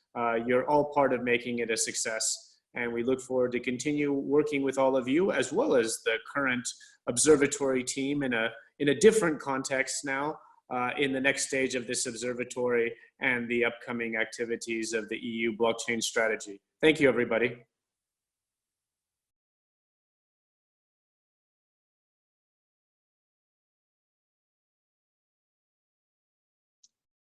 All right, thank you very much to all of you then. I'm wishing you a great day, stay safe, stay healthy, and looking forward to future opportunities to interact and collaborate with you. Have a good day.